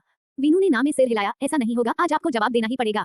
वीनू के गालों को चूमते हुए शिवांश ने कहा, तुम सवाल भी करो, मैं सारे जवाब दूंगा। वीनू ने शिवांश को धक्का दे दिया, आप गब्बर हैं और हमेशा गब्बर ही रहेंगे, आपकी ये हरकतें कभी बंद नहीं होती। शिवांश ने वीनू की नाक खींचते हुए कहा, तुम पगलो और पागलों ही रहोगी। शिवांश ने वीनू की कलाई पकड़ रखी थी। वीनू ने अपनी कलाई छोड़ने की कोशिश की, लेकिन शिवांश ने अपनी पकड़ मजबूत कर दी। वीनू ने कहा, छोड़ दो वरना अच्छा नहीं होगा। शिवांश ने कहा, तुम जो बुरा कर सकती हो कर लो। वीनू ने गुस्से से कहा, गब्बर मुझे गुस्सा न दिलाए। शिवांश ने कहा, तुम गुस्से में बेहद हसीन लगती हो। वीनू ने गहरी सांस ली, अपने दूसरे हाथ से शिवांश की कलाई पकड़कर उसे छोड़ने की कोशिश की, लेकिन वो नाकाम रही। वीनू ने अपने दांत शिवांश के कलाई पर दांत गड़ाते हुए कहा, छोड़ दे, लेकिन शिवांश ने नहीं छोड़ा। वीनू ने तेज से काटा। शिवांश दर्द से बिलबिला गया, अपनी आंखें भींचते हुए बोला, पागल हो गई हो क्या, कर रही हो। वीनू ने कहा, हाँ हो गई हूँ पागल, दिमाग खराब मत करो, पहले मेरी बात सुनो। शिवांश ने वीनू को अपने करीब किया और कहा, तुम आ गई अपने पागल वाले अवतार में। वीनू ने कहा, हाँ आ गई हूँ, तब क्या कर लेंगे आप मेरा। शिवांश ने कहा, अगर मैंने कुछ किया तब तुम रोती हुई नजर आओगी। वीनू ने उसके सीने पर मारते हुए कहा, दूर रहे मुझसे, गब्बर, खड़ूस, नालायक, राक्षस, बुरे आदमी। शिवांश ने वीनू को कमर से पकड़कर अपने और करीब किया। वीनू शिवांश के हाथ अपनी कमर से हाथ हटाते हुए बोली, जाओ करके दिखाओ। वीनू ने गुस्से से शिवांश को देखा, तेज आवाज में बोली, अपने बच्चों वाले बिहेवियर मेरे सामने मत दिखाए, मैं आपको मुंह तोड़ दूंगी। शिवांश ने वीनू के चेहरे के बिल्कुल करीब चेहरा लाते हुए कहा, लो तोड़ो। वीनू ने जैसे ही हाथ उठाया, शिवांश ने उसकी दोनों कलाई को पकड़कर उसकी पीठ से लगा दिया और बोला, लो कर लो। वीनू ने खुद को छुड़ाने के लिए झटपटाने लगी। उसने कहा, गब्बर छोड़ो मुझे वरना मैं काट लूंगी। शिवांश ने कहा, मुंह का इस्तेमाल करके दिखाओ, वो भी बंद कर दूंगा। वीनू ने शिवांश के सीने पर दांत गड़ा दिए। उसने कहा, जंगली औरत क्या कर रही हो। वीनू ने शिवांश के सीने पर मारते हुए कहा, क्यों बच्चे को डरा रहे हैं, जानते हैं आप जला दे, आपके ये शैतान रूप देखकर वो डर जाएगा। शिवांश ने वीनू की पकड़ के कहा, बहुत मुंह चल रहा है तुम्हारा। वीनू ने हाँ में सिर हिलाया। शिवांश ने कहा, बंद करता हूँ। ये बोलकर उसने वीनू के होठों पर होठ लगा दिए, जिससे वीनू बुरी तरह से गुस्से में आ गई। उसके माथे पर पसीने की बूंदें दिखने लगी। शिवांश ने वीनू के हाथ छोड़कर उसके चेहरे को थामा और प्यार से उसके होठों को शक करने लगा, लेकिन वीनू का गुस्सा कम होने की जगह बढ़ गया। वीनू ने शिवांश के होठों को बुरी तरह से काटना शुरू कर दिया। शिवांश ने वीनू की पीठ पर हाथ रखकर उसे थोड़ा आगे किया और उसके पेट को सहलाना शुरू किया। वीनू ने आंखें बंद करके खोली, जानती थी कि शिवांश उसके गुस्से को शांत करने के लिए ये सब कर रहा है। वीनू ने अपने गुस्से को शांत न करने के लिए शिवांश को मारना शुरू कर दिया। उसने शिवांश के कंधे पर हाथ रखकर उसे पीछे धकेलने की कोशिश की, लेकिन शिवांश की ताकत के आगे उसकी एक नहीं चली। वीनू ने शिवांश के पैर पर पैर मारा और शिवांश दर्द से कराहते हुए पीछे को हट गया, फर्श पर गिर गया। वीनू की आंखें हैरानी से बड़ी हो गईं। शिवांश ने हल्के गुस्से नाराजगी से वीनू को देखा। वीनू जल्दी से शिवांश के पास आई। शिवांश के पास बैठते हुए बोली, आपको चोट नहीं लगी? आपके हाथ में तो चोट नहीं लगी। शिवांश ने अपने होठों को साफ करते हुए वीनू को देखकर कहा, अब क्यों परेशान हो रही? मैं मर जाऊं तब भी तुम्हारे लिए बेहतर है। वीनू तेज से शिवांश के सीने पर मुक्का मारा। शिवांश सच में दर्द से कराह गया। उसने सीने पर हाथ रखकर वीनू को देखा। वीनू ने नाराजगी से उसे देखते हुए कहा, आपको किसी बात की कोई परवाह क्यों नहीं रहती? आप इन मैटर्स में सीरियस क्यों नहीं होते? ऑफिस में जाते हुए तब आप एकदम सीरियस मैन बन जाते हैं। जानते हैं वंश कितने परेशान थे, अब कितने परेशान हैं। आप ये भी जानते हैं मैं उन्हें परेशान नहीं देख सकती। उसके बाद भी आपने मुझसे सब छुपाया। वीनू उठने लगी, लेकिन शिवांश ने उसका हाथ पकड़कर उसे अपने तरफ खींचा, खुद जमीन पर लेट गया। वीनू शिवांश के ऊपर थी। शिवांश ने वीनू के चेहरे पर आए बालों को पीछे की तरफ करते हुए कहा, मेरी बात सुनो। यही वजह थी कि जो मैं तुम्हें नहीं बता रहा था। जरूरत से ज्यादा परेशान होना तुम्हारी हॉबी है। वीनू ने गुस्से से शिवांश को देखा। शिवांश ने वीनू को माथे को चूमा। वीनू ने शिवांश के सीने पर सिर रखते हुए कहा, मुझे और भी ज्यादा गुस्सा आ रहा है। शिवांश ने कहा, तुम अपने भोले भाले पति पर इतना जोन करती हो? वीनू ने उसे घूर कर देखते हुए कहा, भोला भाला? शिवांश ने हाँ में से हिलाकर मासूमियत से कहा, अच्छा भला हटा दो, भोला रहने दो। वीनू ने ना में से हिलाकर कहा, भोला हटा दे, भला रहने दे, भोले आप नहीं हैं। एक नंबर के चालाक आदमी हैं, 100 लोगों की चालाकी आपकी इस खोपड़ी में घुसी हुई है। शिवांश ने आंखें बड़ी करके वीनू को देखा। वीनू ने कहा, आपने मुझे क्यों नहीं बताया? शिवांश ने कहा, तुम बार बार एक ही बात क्यों करती हो? वीनू ने उठने की कोशिश करते हुए कहा, अब मैं बात ही नहीं करूंगी। शिवांश ने उसकी कमर पर हाथ रखा, उसे वापस अपने ऊपर ले जाते हुए कहा, बात करनी पड़ेगी, क्योंकि तुम जानती हो मैं तुमसे बिना बात किए नहीं रह सकता। वीनू ने कहा, ओ भाला मान जाओ, उठने दो मुझे, बच्चे आ रहे होंगे। शिवांश ने उसकी नाक पर काटते हुए कहा, रहने दो। वीनू ने घूरकर शिवांश को देख कहा, मुझे सुपर नखा बनाना चाहते हो? शिवांश उसके इस बात पर हंस गया। वीनू ने आंखें बड़ी कर दी और कहा, इसका मतलब सच में बनाना चाहते हैं ताकि आप दूसरी शादी कर पाए? शिवांश बहुत तेज तेज हंसने लगा। उसे हंसते देख वीनू भी मुस्कुरा दी। वंश के रूम में वंश अपने सिर पर हाथ रखे बैठा था। फना अभी भी बेहोश थी। फना को देख वंश को समझ नहीं आ रहा था कि कुछ पल में ही उसकी जिंदगी में क्या हो गया है। उसे रात का ध्यान आ रहा था जब उसे फना का कॉल आया था। उसने उस फना के नंबर को देखते हुए चौंक कर देखा था। आज भी उसने फना का नंबर अपने फोन में रखा हुआ था, लेकिन उसे उम्मीद नहीं थी कि कभी उसे फोन पर कॉल भी आएगी। रात को आज देखकर उसने झटके से उठकर बैठा था। वंश ने धड़कते दिल के साथ कॉल उठाई थी और उधर से बस फना के सिसकियों के बीच उसने ये सुना, रीव मुझसे शादी कर लो, प्लीज मुझसे शादी कर लो। ये सुनकर वंश खुद को रोक नहीं सका। उसने फना को एड्रेसेस देकर उसे वहां आने का बोला, खुद वहां से चला गया। फना के पास पहुंचते हुए उसने फना की वो कमजोर बिखरी हुई हालत देखी। उस पल को वंश को अपनी सांसें रुकती हुई महसूस हुई थी। उसके गोद में उस बच्चे को देखकर भी वंश कोई सवाल नहीं करना चाहता था। उसने बस फना को वहां से मैरिज रजिस्टर ऑफिस ले जाते हुए शादी की सारी अरेंजमेंट करने होने के बाद उनकी शादी हुई। फिर वो फना को मंदिर लेके गया, भगवान के सामने उसके गले में मंगलसूत्र मांगने से दूर लगाया। फिर फना को घर लेकर आया। ये ड्रामा, फना की खराब हुई हालत वंश को समझ में नहीं आ रहा था। आखिर फना के साथ हुआ क्या है? जिस तरीके से फना पैनिक कर रही थी, साफ पता चल रहा था कि पास में कुछ ऐसा हुआ है जिससे उसके दिमाग पर ये असर हुआ है। अचानक से हलचल का एहसास हुआ। वंश ने पलटकर देखा, फना उठकर बैठी थी। उसे होश आ गया था, लेकिन वो आसपास बेड पर, कभी सोफे पर, पूरे रूम में देख रही थी। वंश को देखते हुए वो घुटनों पर चलकर वंश के पास आई और कहा, हमारा बेटा कहाँ है?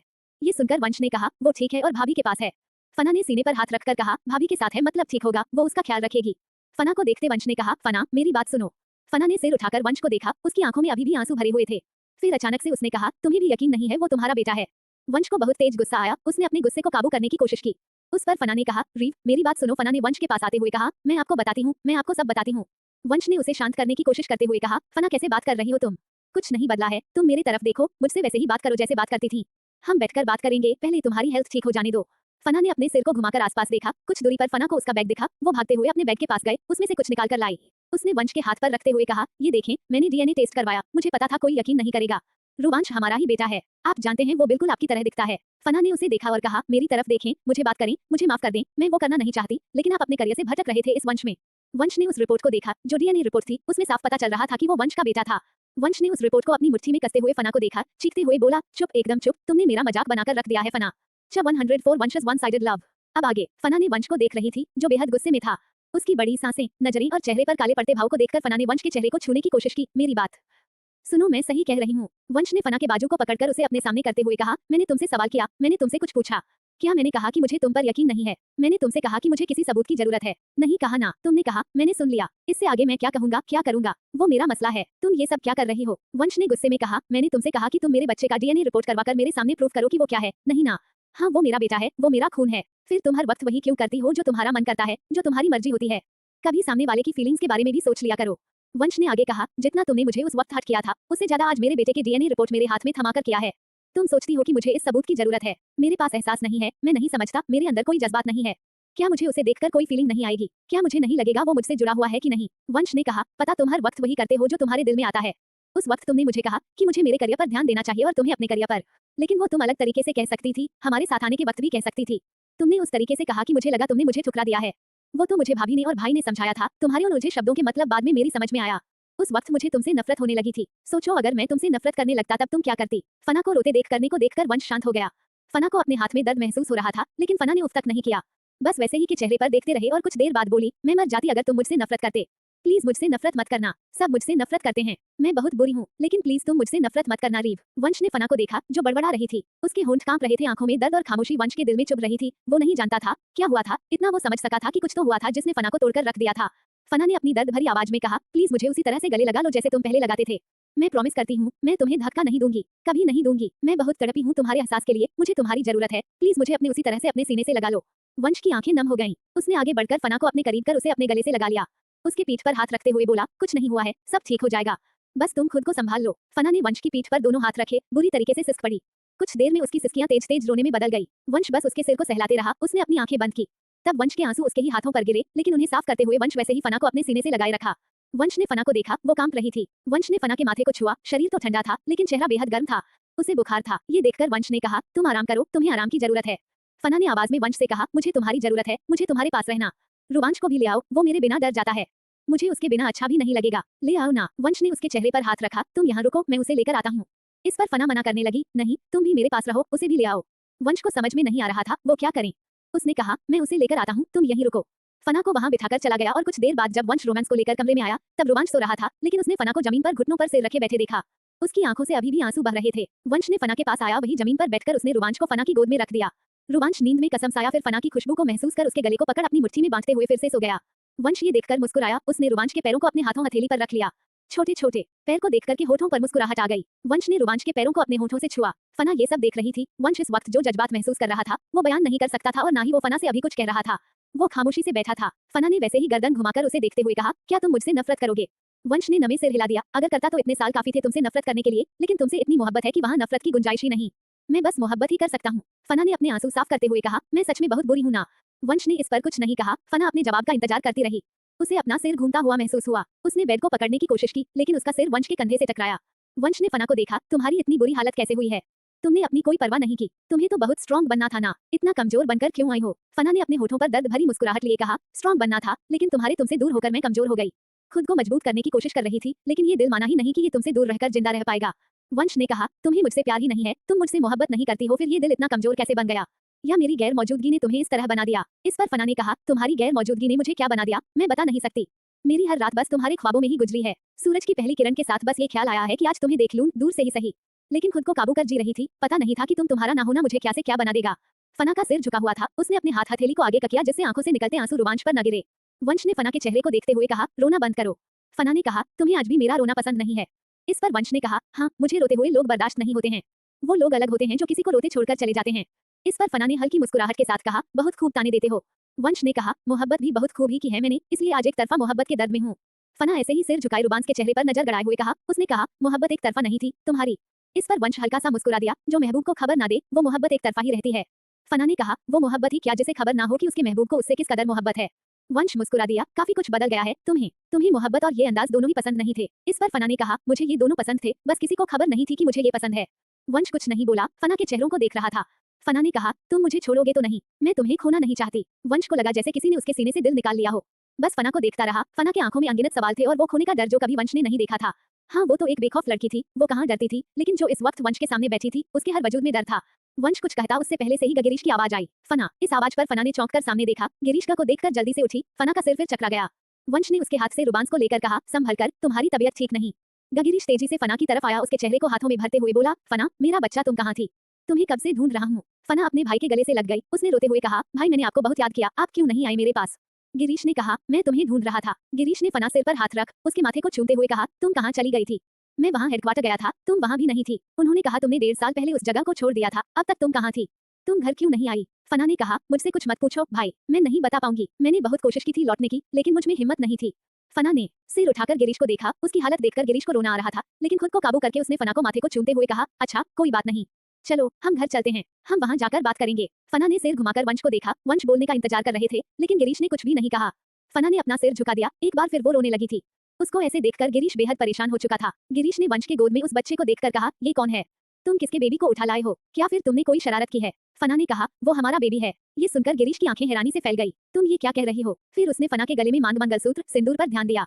उसने फना के चेहरे को ऊपर उठाते हुए कहा, फना, मुझे बहुत डर लग रहा है। बताओ मुझे क्या हुआ है। मेरा बच्चा, कुछ तो बताओ, मेरा दिल बहुत घबरा रहा है। उसे ऐसे देखकर फना तेज रोने लगी। उसने रोमांच गिरीश को पास लाने को कहना चाहा, लेकिन हलक से कोई आवाज नहीं निकली। फना को ऐसे देखकर वंश गिरीश के पास आकर रोमांच को फना के पास लेकर आया। रोमांच को फना के गोद में देते हुए बोला, मेरी बीवी है और आप मेरे गोद में मेरे ही बच्चे को देख रहे हैं।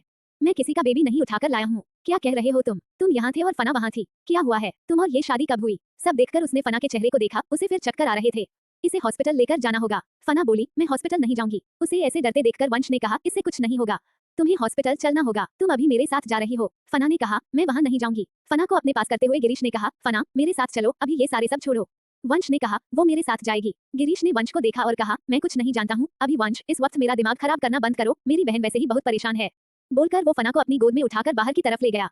वंश ने गुस्से से जाते हुए उन दोनों को देखा, तब तक वहाँ ध्रुव अनिका आए वाली सब भी आ चुके थे। ध्रुव अनिका ने वंश को देखा, फिर ध्रुव ने अनिका को रोमांच को वंश की गोद से लेने का इशारा किया।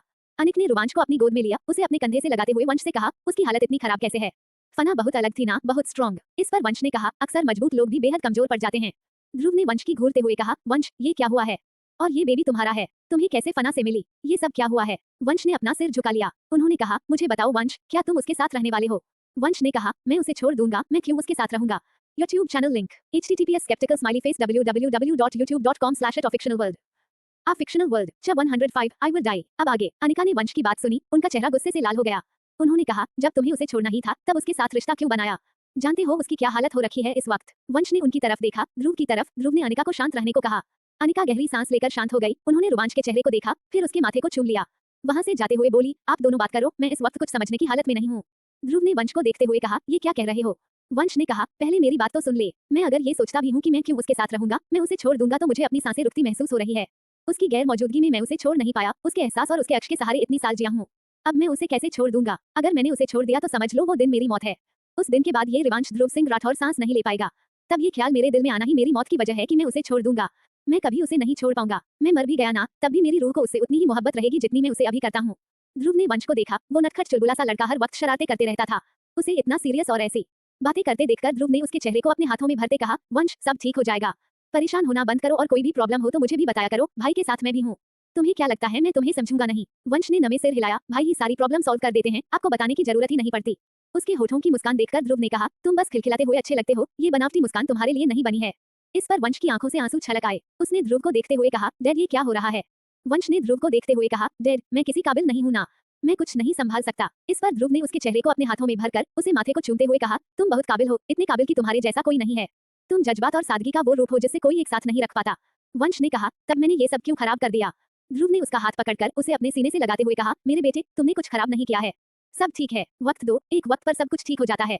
वंश ने हाँ में सिर हिलाया। ध्रुव ने कहा, मुझे तुम पर गर्व है वंश, तुम मेरे लिए सब कुछ हो। वंश ने कहा, आप मुझे भाई से ज्यादा प्यार करते हैं ना। वंश का वही सवाल सुनकर ध्रुव मुस्कुरा दिए। ध्रुव ने वंश के आंसू साफ किए और बोले, रोना बंद करो, तुम्हें अभी तुम्हारी बीवी को संभालना है। वंश ने कहा, उसे उसका भाई ले तो गया है, वो संभाल लेगा, मेरी उसे कोई जरूरत नहीं है। इस पर ध्रुव ने कहा, इस वक्त उसे तुम्हारी जरूरत है। वंश अपनी नाराजगी को एक तरफ रखकर उसे संभालो, मैं अपने पोते को देखकर आता हूँ। ये तो तुमने बहुत अच्छा काम किया है, ये सरप्राइज जैसा है। मैं उसे देखकर आता हूँ, उसका नाम। वंश ने मुस्कुराते हुए कहा, नाम तो अच्छा रखा है, उस पागल लड़की ने रोमांच सा, मेरा अंश है रोमांच। ध्रुव ने हंसकर कहा, हाँ तुम्हारा ही रोमांच है, रिवांश का रोमांच। ध्रुव जल्दी से बाहर की तरफ जाते हुए बोले, मैं उससे मिलकर आता हूँ। वंश हंसने लगा, फिर उसने बाहर की तरफ अपने कदम बढ़ाए। फना गिरीश से किसी बात की जिद कर रही थी। वंश दूर से देखकर समझ गया था कि वो बस वंश को बुलाने के लिए कह रही है। वंश ने उसके पास आते हुए कहा, मैं आ गया हूँ। फना कार में बैठते हुए बोले, इतनी लेट क्यों हो गए। वंश ने हैरानी से फना को देखा, सच में बहुत कुछ बदल गया था। फिर वो ड्राइविंग सीट की तरफ जाते हुए गिरीश को देखकर बोला, अगर आप चाहें तो चल सकते हैं। गिरीश ने गुस्से से वंश को देखा निकलते हुए बोला, मैं आता हूँ, तुम चलो। कुछ देर बाद वंश एक लेडी डॉक्टर के साथ बैठा हुआ था। फना सिर झुकाया बैठी थी और डॉक्टर फना से सवाल कर रही थी, आपकी प्रेगनेंसी के समय आपने अपनी हेल्थ बिल्कुल भी परवाह नहीं किया। आपने जैसा बताया आपकी प्रेगनेंसी में कॉम्प्लिकेशंस थे, इसलिए आप इंटरनल और फिजिकल दोनों तरह से बहुत वीक है। आपका माइंड डिस्टर्ब रहा है और प्रेगनेंसी के समय में सब चीज का बहुत ख्याल रखना होता है।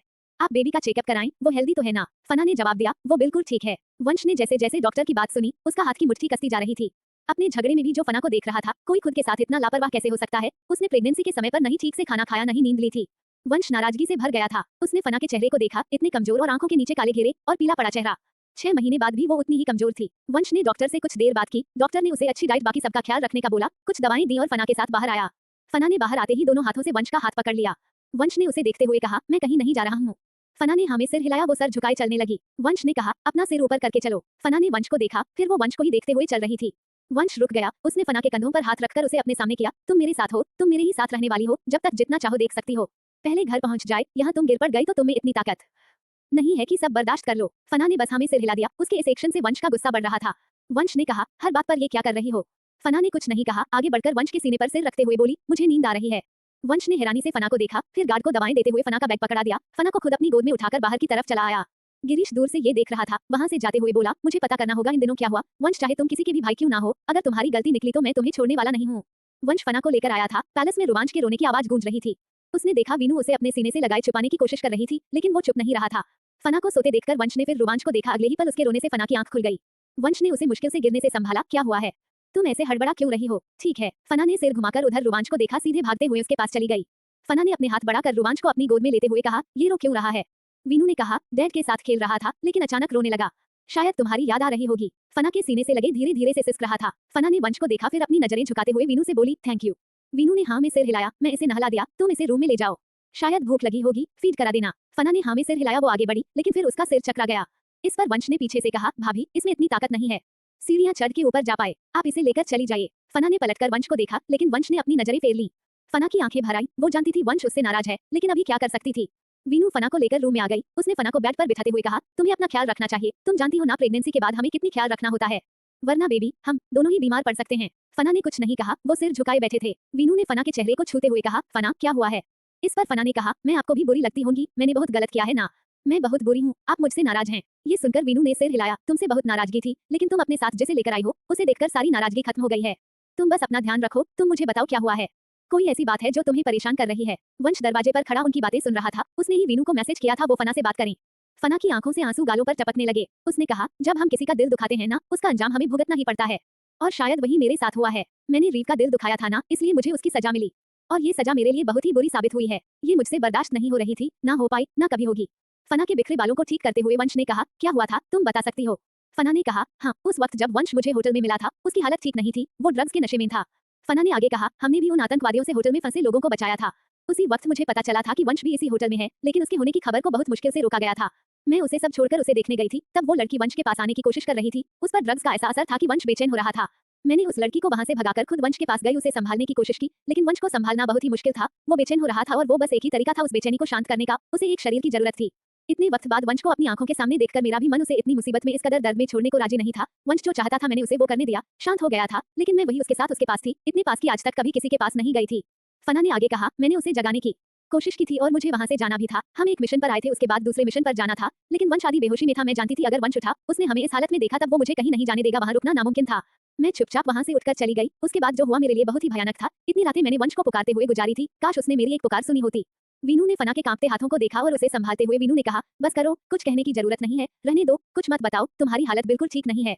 वीनू को हग करते हुए फना ने कहा, वो मुझे कभी माफ नहीं करेगा। वीनू ने फना के सिर को सहलाते हुए कहा, ऐसा नहीं होगा, जिनसे हम मोहब्बत करते हैं उनसे नाराज नहीं रह पाते।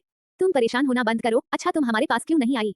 तुम्हें आना चाहिए था फना, बस तुम्हारी यही गलती थी। फना ने अपने आंसू साफ करते हुए कहा, मुझे लगा था वो मुझे एक्सेप्ट नहीं करेगा, वो क्यों मानेगा कि ये बच्चा उसका है। वीनू को हैरानी हुई, लेकिन उसने इस बात से कुछ नहीं कहा। वही वंश जो ये सुन रहा था, उसका खून खौल गया। उसने अंदर आते हुए कहा, और ऐसी कौन सी बात है जो तुम्हें मेरे बारे में सही लगी है? हर बात तुमने मुझे गलत ही समझा है। फना झट से बेड से उठकर खड़ी हो गई। उसने पलटकर वंश को देखा। गिरीश शिवांश के साथ था, उसे देख रहा था। शिवांश ने कहा, तुम्हारे दिमाग में जो चल रहा है उस अपनी उल्टी सोच को वहीं रोक दो। गिरीश ने गहरी सांस लेकर कहा, बॉस आपके भाई ने मेरी बहन से शादी कर ली है। इस पर शिवांश ने उसे घूरते हुए कहा, ये तुम्हारी बहन ने कहा था, उनके बीच में ना पड़ो। जो मैटर है वो खुद संभाल लेंगे। तुम्हारी बहन मेरे भाई के बेटे की माँ है, इसलिए उससे दूर रहो, क्योंकि उन दोनों को अलग करने के बारे में तुमने सोचा भी तब तुम जानते हो क्या होगा। गिरीश ने कहा, और मैं उन दोनों को साथ रखने के बारे में नहीं सोच सकता। शिवांश ने कहा, you are talking too much now Girish, ये तुम्हारी बहन का फैसला होगा, वो कहाँ रहना चाहती है और कहाँ नहीं। तुम डिसाइड नहीं कर सकते हो, उसकी इसमें कोई गलती नहीं है, ये तुम भी जानते हो।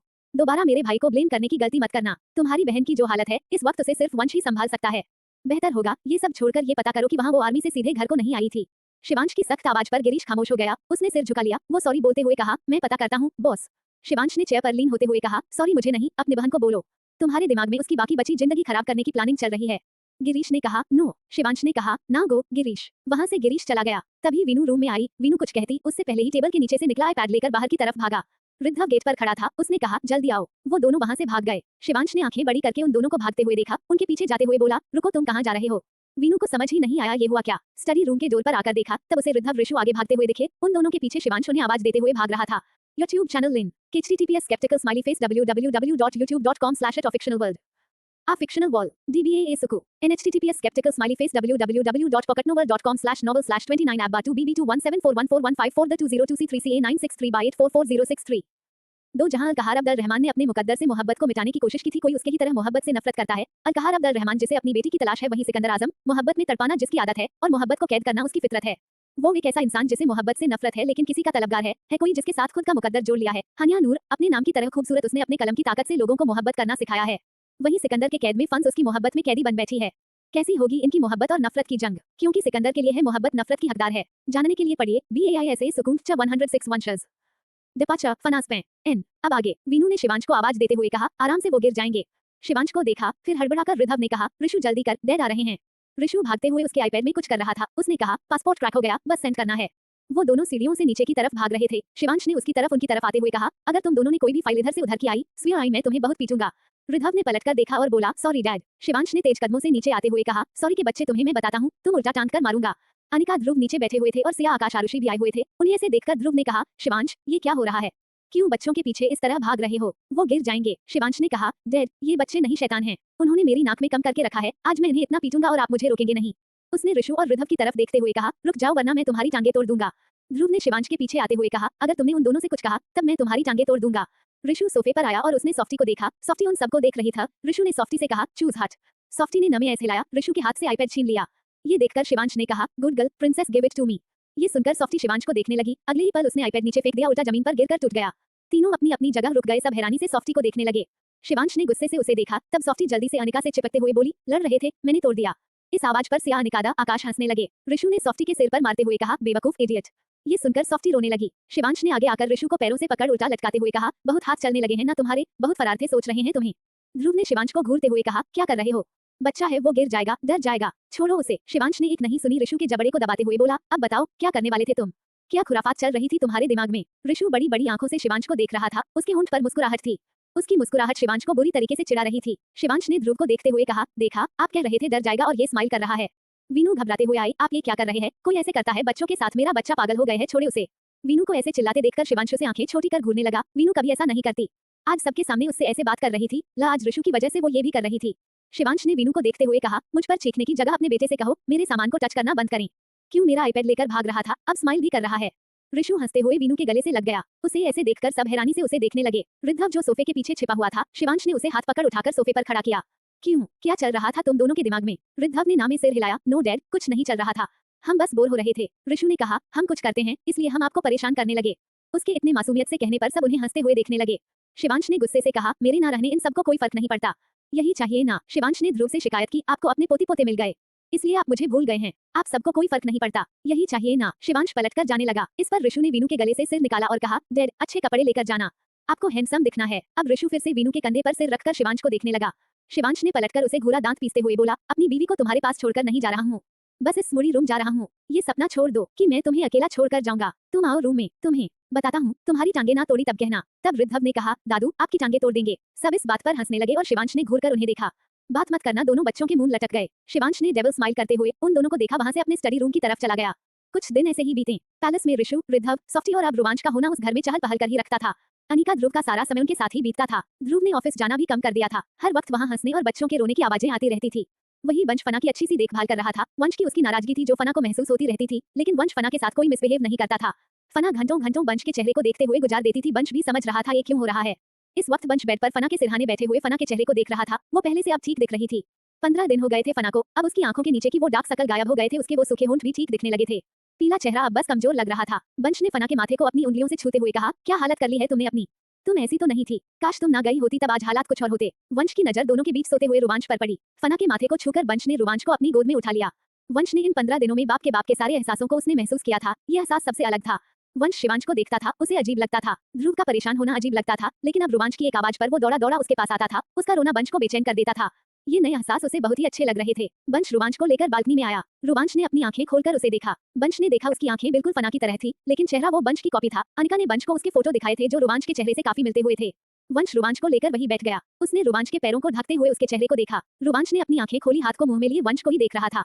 उसके हाथ को हटाते हुए वंश ने कहा, बैड बैनर्स। रोमांच के माथे को चूम लिया और रोमांच के गालों को अपनी उंगलियों से सहलाते हुए बोला, dad loves you so much my son, you are a gift for me, I love you so much. ये बोलते हुए वंश ने फिर रोमांच के दोनों गालों को छू लिया। पहले रोमांच जल्दी रोने लगता था, लेकिन 15 दिनों में उसे वंश की आदत हो गई थी। वो अपने हाथ पैर फेंकते हुए आवाज निकाल रहा था। वंश उसके साथ वैसे ही बात कर रहा था। वंश ने रोमांच को अपने सीने से लगाते हुए उसके सिर को चूम लिया। रोमांच ने वंश की टी शर्ट को अपनी मुट्ठी में ले लिया। वंश ने सिर झुकाकर देखा, रोमांच को देखते हुए मुस्कुरा दिया। उसने पलटकर फना को देखा, जो अभी भी गहरी नींद में थी। फिर रोमांच को अपने सीने से लगाए बाहर आया। वंश को शिवांश अपने रूम से बाहर जाते हुए दिखा। शिवांश ऑफिस के लिए जा रहा था। वंश ने उसे आवाज दी, भाई। शिवांश ने पलटकर वंश को देखा। शिवांश उसकी तरफ आते हुए बोला, क्या हुआ, सब ठीक है ना? फना कैसी है? वंश ने हाँ में सिर हिलाया, वो बिल्कुल ठीक है। अब उसकी हेल्थ भी इंप्रूव हो रही है। शिवांश ने रोमांच को देखा और उसके माथे को अपने हाथों से छूते हुए बोला, ये कैसा है, एक और शैतान तैयार हो रहा है। वंश ने रोमांच को देखकर हंसते हुए कहा, एक और आपके नाक में दम करने वाला है। आपको शांति तो नहीं मिलने वाली है। शिवांश ने आह भरते हुए कहा, जब से तुम और कनक मेरी जिंदगी में आए हो, आज तक मुझे शांति मिली है। ये कम शैतान है। वंश हंस दिया और कहा, भाई वो एक काम था। वंश ने कहा, मैं जानना चाहता हूँ फना के साथ क्या हुआ। खुद मैं ये पता करने की कोशिश करूंगा, तब जानता हूँ। मुझ में इतनी हिम्मत नहीं है अकेले में उसकी हालत को देखकर खुद को संभाल पाऊं। बस आप मुझे इन्फॉर्मेशन निकलवा दे, इसके बाद मैं देख लूंगा। शिवांश ने हाँ में सिर हिलाया, मैंने पहले ही कह दिया है, 1-2 दिन में काम हो जाएगा। तुम परेशान होना बंद करो, बस फना का ख्याल रखो। रोमांच वंश के सीने से लगा, टुकुर टुकुर शिवांश को देख रहा था। शिवांश ने रोमांच के माथे को चूमते हुए वंश से कहा, तब बाप बनके कैसा लग रहा है? वंश ने कहा, बहुत अच्छा, ये अलग ही फीलिंग है। शिवांश मुस्कुरा दिया। दोनों बातें करते हुए नीचे आने लगे। वंश इस वक्त काउच पर बैठा था। उसके सामने बेड पर फना और रोमांच थे। फना हल्की नींद में थी, आधी खुली हुई आंखों से वंश को देख रही थी। वंश उठकर फना के पास आया। उसने फना के सिर पर हाथ रखते हुए उसके सिर को सहलाने शुरू किया। कुछ देर में फना गहरी नींद में सो गई। वंश उठकर वापस काउच पर आया। उसने अपने सामने रखी उस फाइल को देखा। वो हिम्मत कर रहा था कि खोलकर देखने के लिए, आखिर हुआ क्या था, क्यों फना इतनी बदल गई है। वंश ने उस फाइल को उठाया, हला पन्ना खोला। वहीं उसी के मिशन की डिटेल्स थी, जो उसने होटल में किया था, जहां वो फना से मिला था। वंश को आज भी कुछ याद नहीं था। वंश ने अगला पन्ना पलटा। ये मिलिट्री की इन्फॉर्मेशन थी। वहां पर जब फना की प्रेगनेंसी के बारे में पता चला था, उन लोगों ने फना को सस्पेंड कर दिया था। उसके कॉलीग्स ने फना का बहुत ही मजाक बनाया था। वंश ने आगे देखा। एक एक इन्फॉर्मेशन पढ़ते हुए वंश के हाथ कांप रहे थे। प्रेगनेंसी के वक्त फना का किडनैप 4 दिन के लिए उसे बंदी बनाकर रखा गया था और उस पर टॉर्चर हुए थे। प्रेगनेंसी के दौरान आसपास के लोगों का उसके साथ बिहेवियर, रोमांच नाजायज कहना, उसे गलत कहना, उसके बाद प्रेगनेंसी के वक्त उसका एक्सीडेंट और डिलीवरी के बाद उसका 6 महीने उस सोसाइटी में तानों के बीच में रहना। वंश सब देख रहा था। उसकी आंखों में आंसू थे। कितना कुछ सहा था फना ने। सबका फना के दिमाग पर ऐसा असर पड़ा था कि वो मजबूत फना एक कमजोर लड़की बन गई थी। कभी ना डरने वाली लड़की आज डर डर कर जी रही थी। वंश ने उस फाइल पर अपनी पकड़ कसे, अपनी आंखों को बंद किया। आंसू उसके गालों पर फिसल आए। काश तुम ना गई होती, हर बार कैसे ना कैसी उसकी जबान पर यही लफ्ज आ जाते थे। वंश ने उस फाइल को एक ड्रॉअर में बंद किया, लॉक कर चाबी कबर्ड में रखते हुए खुद बेड पर आया। 15 दिन बाद घर में वंश और फना की शादी की बातें चल रही थी। इस पर वंश ने अभी कोई रिएक्ट नहीं किया था। ध्रुव अनिका वंश की हाँ इंतजार कर रहे थे और शिवांश ने तैयारी शुरू कर दी थी। इस वक्त वंश और फना बालकनी में बैठे हुए थे। उनके बीच में वो फाइल रखी हुई थी। फना बिल्कुल ठीक हो चुकी थी, बस उसको धीरे धीरे मेंटली हेल्दी होना था। जरा जरा सी बातें बर्दाश्त नहीं कर पा रही थी। वंश ने फना पर नजरें गड़ाए हुए कहा, बताओगी ये सब क्या है? इस पर फना ने कहा, रीव तुमने पढ़ा है जो मेरे साथ हुआ है, जिसमें किसी की कोई गलती नहीं, बस मेरी ही गलती थी, ये मेरी सजा थी। इस पर वंश ने चीखते हुए कहा, ये तुम्हारी सजा नहीं थी, ये उन लोगों के कारनामे थे, उन घटिया लोगों के। तुम ये सब डिजर्व नहीं करती। जब मैंने तुम्हें कोई सजा नहीं दी, तब कोई दूसरा कौन होता है तुम्हें सजा देने वाला? फना बस उसे देखती रही। उसने धीरे धीरे ऐसे में कहा, तुम कभी मुझे सजा नहीं दे सकते ना, बस ये कुदरत का तरीका था।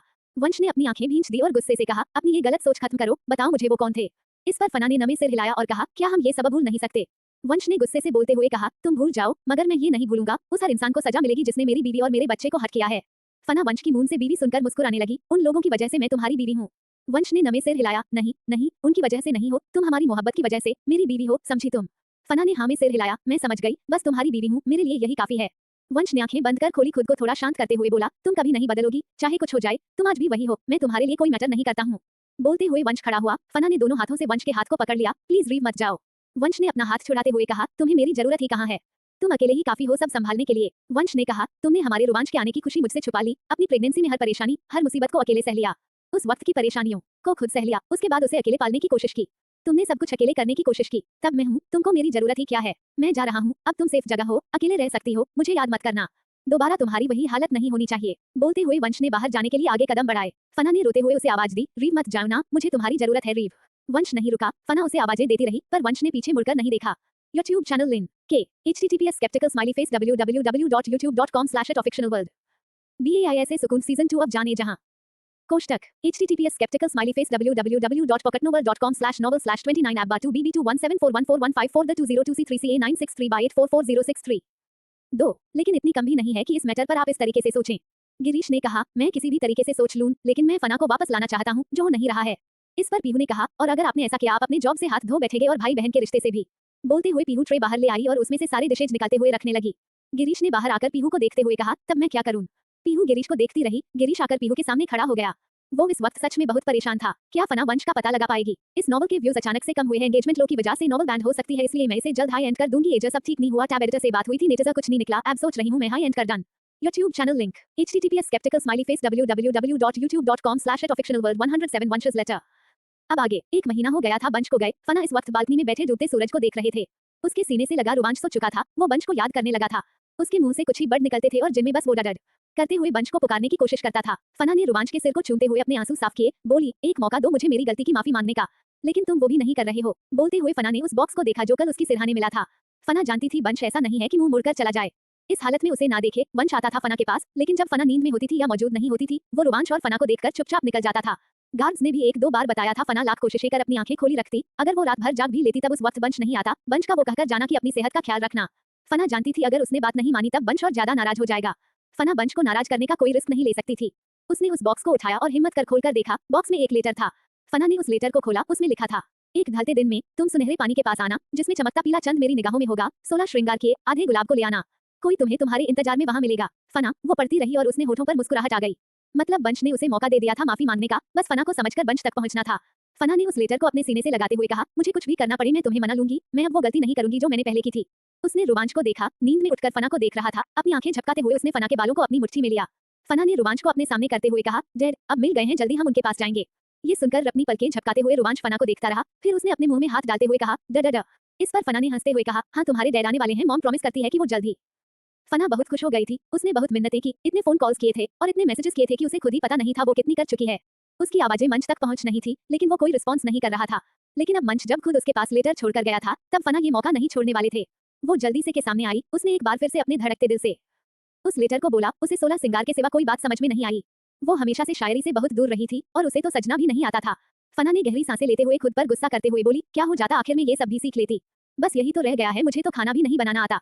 मैं उसे मनाऊंगी कैसे, वो तचतोरा है। ओह गॉड, ये मैंने क्या किया है। काश मैं ये सब सीखती तब आज ये प्रॉब्लम मेरे सामने नहीं आती। फना ने खुद को कुछ देर घूरा। उसके बाद फिर से एक बार उस लेटर को पढ़ा। पहले 16 सिंगार का इंतजाम करते हैं। फना जल्दी सा कबर में जाकर देखा, उसे कुछ नहीं मिला। उसके पास तो मेकअप भी नहीं था, ना उसे करना आता था। फना सिर पर हाथ रखकर बैठ गई। फिर उसे रोने की आवाज आई। रोमांच रो रहा था। फना ने रोमांच को उठाया, उस लेटर को वहीं रखकर बाहर आई। फना सोच रही थी वो क्या करें। फना को सामने वीनू दिखी। उसकी आंखों में चमक आ गई। वो पहले रोमांच के लिए दूध लेकर आई, फिर आकर वीनू और अनिका के पास बैठी। उसने वीनू की तरफ देखते हुए कहा, भाभी। वीनू ने घुमाकर फना को देखा। हाँ बच्चे, क्या हुआ। ये सुनकर फना कुछ देर अपनी एक उंगली से दूसरी उंगली को उलझाती रही। उसे ऐसे देख वीनू ने फना के सिर पर हाथ रखते हुए कहा, क्या हुआ। वंश से बात हुई, उसने कुछ कहा। क्या गुस्सा किया है, बताओ मुझे, अब बहुत वक्त हो गया है, मैं बात करती हूँ। फना ने अपने होठों पर आई मुस्कुराहट छिपाते हुए कहा, नहीं ऐसी कोई बात नहीं है, मैं उससे मिलने जाने वाली हूँ, उसने मुझे बताया है। लेकिन वीनू ने खुश होते हुए कहा, ये तो अच्छी बात है, तुम वंश से मिलने जाने वाली हो। लेकिन क्या हुआ। फना ने उसे लेटर की सारी बात बता दी। वीनू ने कहा, सुनहरा पानी। फना ने अनिका की तरफ देखते हुए कहा, आंटी आप यहाँ इतने वक्त से है, तब आप जानती होंगी गोल्डन वाटर कहाँ मिलेगा। अनिका ने फना के चेहरे को गौर से देखा। फना जानने के लिए बहुत क्यूरियस थी वंश से मिलने के लिए। ये देखकर अनिका ने मुस्कुराते हुए कहा, अगर पता होता तब जरूर बता देती, लेकिन तुम दोनों ही बेवकूफ हो। गोल्डन वाटर आज तक देखा है कहीं होता है। गोल्डन वाटर, शायरी में हर चीज हर लफ्ज का मतलब अलग होता है। क्या पता वो किस चीज को गोल्डन वाटर बोल रहा है। दिमाग लगाओ और सोचो, गोल्डन वाटर क्या हो सकता है। फना ने सोचते हुए कहा, वो भी ढेर सारा गोल्डन वाटर जिसके किनारे बैठकर इंसान अपने अक्स को देख सके। सोचते हुए उसने अपने दिमाग लगाना शुरू किया, लेकिन फना को कुछ समझ में नहीं आया। सोचते सोचते थक गई। तभी अनिका ने उठते हुए कहा, 16 श्रृंगार का इंतजाम मैं करके आती हूँ, बाकी का तुम करो। वैसे भी मेरा बेवकूफ बेटा है, जो शादी करके जाकर कहीं बैठ गया है। एक बार ये घर आ जाए, फिर इसकी अच्छी क्लास लेती हूँ। अनिका ने रोमांच को अपनी गोद में लिया और जाते हुए बोली, मैं ध्रुव से भी पूछती हूँ, क्या पता उन्हें इस बारे में कुछ पता हो। फना ने उदास होकर वीनू को देखा, क्या मैं उसे नहीं ढूंढ पाऊंगी। मैं उसके लिए इतना भी नहीं कर सकती। वीनू ने कहा, क्यों परेशान होती हो, मैं अभी इनसे पूछती हूँ, क्या पता इन्हें कुछ पता हो इस बारे में। फना ने खुश होते हुए कहा, हाँ भैया को जरूर पता होगा। तब तक मैं आधे गुलाब को लेकर आती हूँ। आधा गुलाब कैसे मिलेगा, उद्धरण चिन्ह। वीनू ने अपने कंधे उचका दिए, बाहर जाकर देखो, माली से पूछो, क्या पता वो पत्तियों आधी तोड़कर आधा गुलाब बनता हो। फना भागते हुए बाहर चली गई। उसे ऐसे देखकर वीनू हंसने लगी, बोली, शुक्र है भगवान का, इनकी जिंदगियां भी नॉर्मल होने वाली हैं। फना बाहर आई। उसने पूरे गार्डन में ढूंढ लिया, उसे आधा गुलाब नहीं मिला था। हार कर वो वहीं बैठ गई और उसने एक फूल तोड़कर उसे आधा करना चाहा, लेकिन ये भी नहीं हुआ क्योंकि कुछ पत्तियों के बाद ही सारी पत्तियां बिखर गई। वो आधा गुलाब बिल्कुल भी अच्छा नहीं लग रहा था। फना ने वहां काम कर रहे माली से पूछा, लेकिन उसने भी कहा, आज तक गुलाब की खेती में उसने आधा गुलाब नहीं देखा है। फना परेशान होकर वापस आ गई। उसने वीनू फोन को घूर रही थी। वीनू ने गुस्से से कहा, खुद को समझते क्या हैं गब्बर, खुद बेवकूफ हैं। मुझे बेवकूफ कह रहे हैं, आए बड़े मुझे बेवकूफ कहने वाले, अपने आप को कुछ पता नहीं है। फना ने वीनू से पूछा, क्या हुआ भैया से एड्रेस मिल गया भाभी। वीनू ने नाम में सिर हिलाया, तुम्हारे भैया गधे हैं, बेवकूफ हैं, मुझे बेवकूफ कह रहे हैं। फना ने वीनू को गुस्से में देखकर कहा, क्या हुआ भाभी। नहीं पता उन्हें भी। वीनू ने कहा, कुछ नहीं पता था, शायरी वाले मैटर उन्हें समझ में कहाँ आते हैं। मैंने कहा, गोल्डन वाटर वाला पॉन्ड कहाँ पर है, क्या कोई ऐसा बीच है जहाँ पर गोल्डन वाटर मिलता हो। तब कहते हैं क्यों इतना दिमाग लगा रही हो, जब तुम्हारे पास नहीं है तुम बेवकूफ हो। पॉट में वाटर लेकर उसमें गोल्डन कलर मिला दो, बस बन गया गोल्डन वाटर। फना ने अपने सिर पर हाथ रख लिया, हाँ फिर इनके भाई को उसी पॉट में बिठा देंगे। गुस्से से कहते हुए वो सोफे पर बैठ गई। वीनू फना के उदास चेहरे को देख बोली, कुछ ना कुछ हो जाएगा। चलो जब तक हम रूम में चलकर तुम्हारे लिए अच्छी सी रेड साड़ी सेलेक्ट करते हैं। फना ने हाँ में से हिलाया। हाँ चलिए यही कर लेते हैं। वैसे भी आज ये नहीं हो पाएगा। सोचते सोचते दोपहर से शाम कर दी, लेकिन उसे उस गोल्डन वाटर के बारे में कुछ नहीं पता चला कि वो मिलेगा कहाँ। बस सुनहरा पानी सोचते हुए उसने इतनी ट्रिक्स यूज कर ली थी, सर्च करने पर भी उसे कहीं सुनहरा पानी नहीं मिला। कुछ देर बाद अनिका उसे सारा सामान भी दे गई, लेकिन फना खामोशी से बैठे हुए सबको घूरती रही। कुछ देर बाद वो रोमांच को लेकर नीचे आ गई। बच्चे खेल रहे थे, रोमांच को देखते ही सॉफ्टी आकर फना के पैरों से चिपक गई। उसने रोमांच के पैर को खींचते हुए कहा, चाची। उसके मुंह से चाची सुनकर फना को बहुत ही खुशी होती थी। अपने घुटनों पर बैठकर सॉफ्टी के गालों को चूमते हुए कहा, हाँ क्या हुआ गुड़िया। इस पर सॉफ्टी ने कहा, मुझे भाई चाहिए। फना ने सॉफ्टी के बालों को छूते हुए कहा, गुड़िया ये भाई है, ये आपसे छोटा है, आप इसकी बड़ी बहन है। दीदी आप इसको रोमांच बोला करें। सॉफ्टी ने अपने गालों पर हाथ रख हंसते हुए कहा, मेरा अंश भाई। फना हंसने लगी। बच्चे खेल रहे थे, उन्हें खेलते हुए देखकर रोमांच बहुत खुश हो रहा था, लेकिन फना उदासी से अपने गाल पर हाथ रखे बैठे हुए उन्हें देख रही थी। उसे कुछ समझ नहीं आया था। तभी ऋषु उसके पास आया और बैठते हुए बोला, व्हाट हैपेंड टू वंश's वाइफ। सुनकर फना ने पहले हैरानी से ऋषु को देखा, फिर मुस्कुराकर बोली, nothing, I am idiot. May be. कहते हुए ऋषु ने फना के हाथ को देखा, फिर फना ने कहा, can you help me. Rishu ने हाँ में सिर हिलाया, व्हाट हैज हैपेंड। फना ने कहा, do you know about half rose and golden water. इस पर ऋषु हंसने लगा। उसने फना को देखा और कहा, I think you are absolutely right about yourself.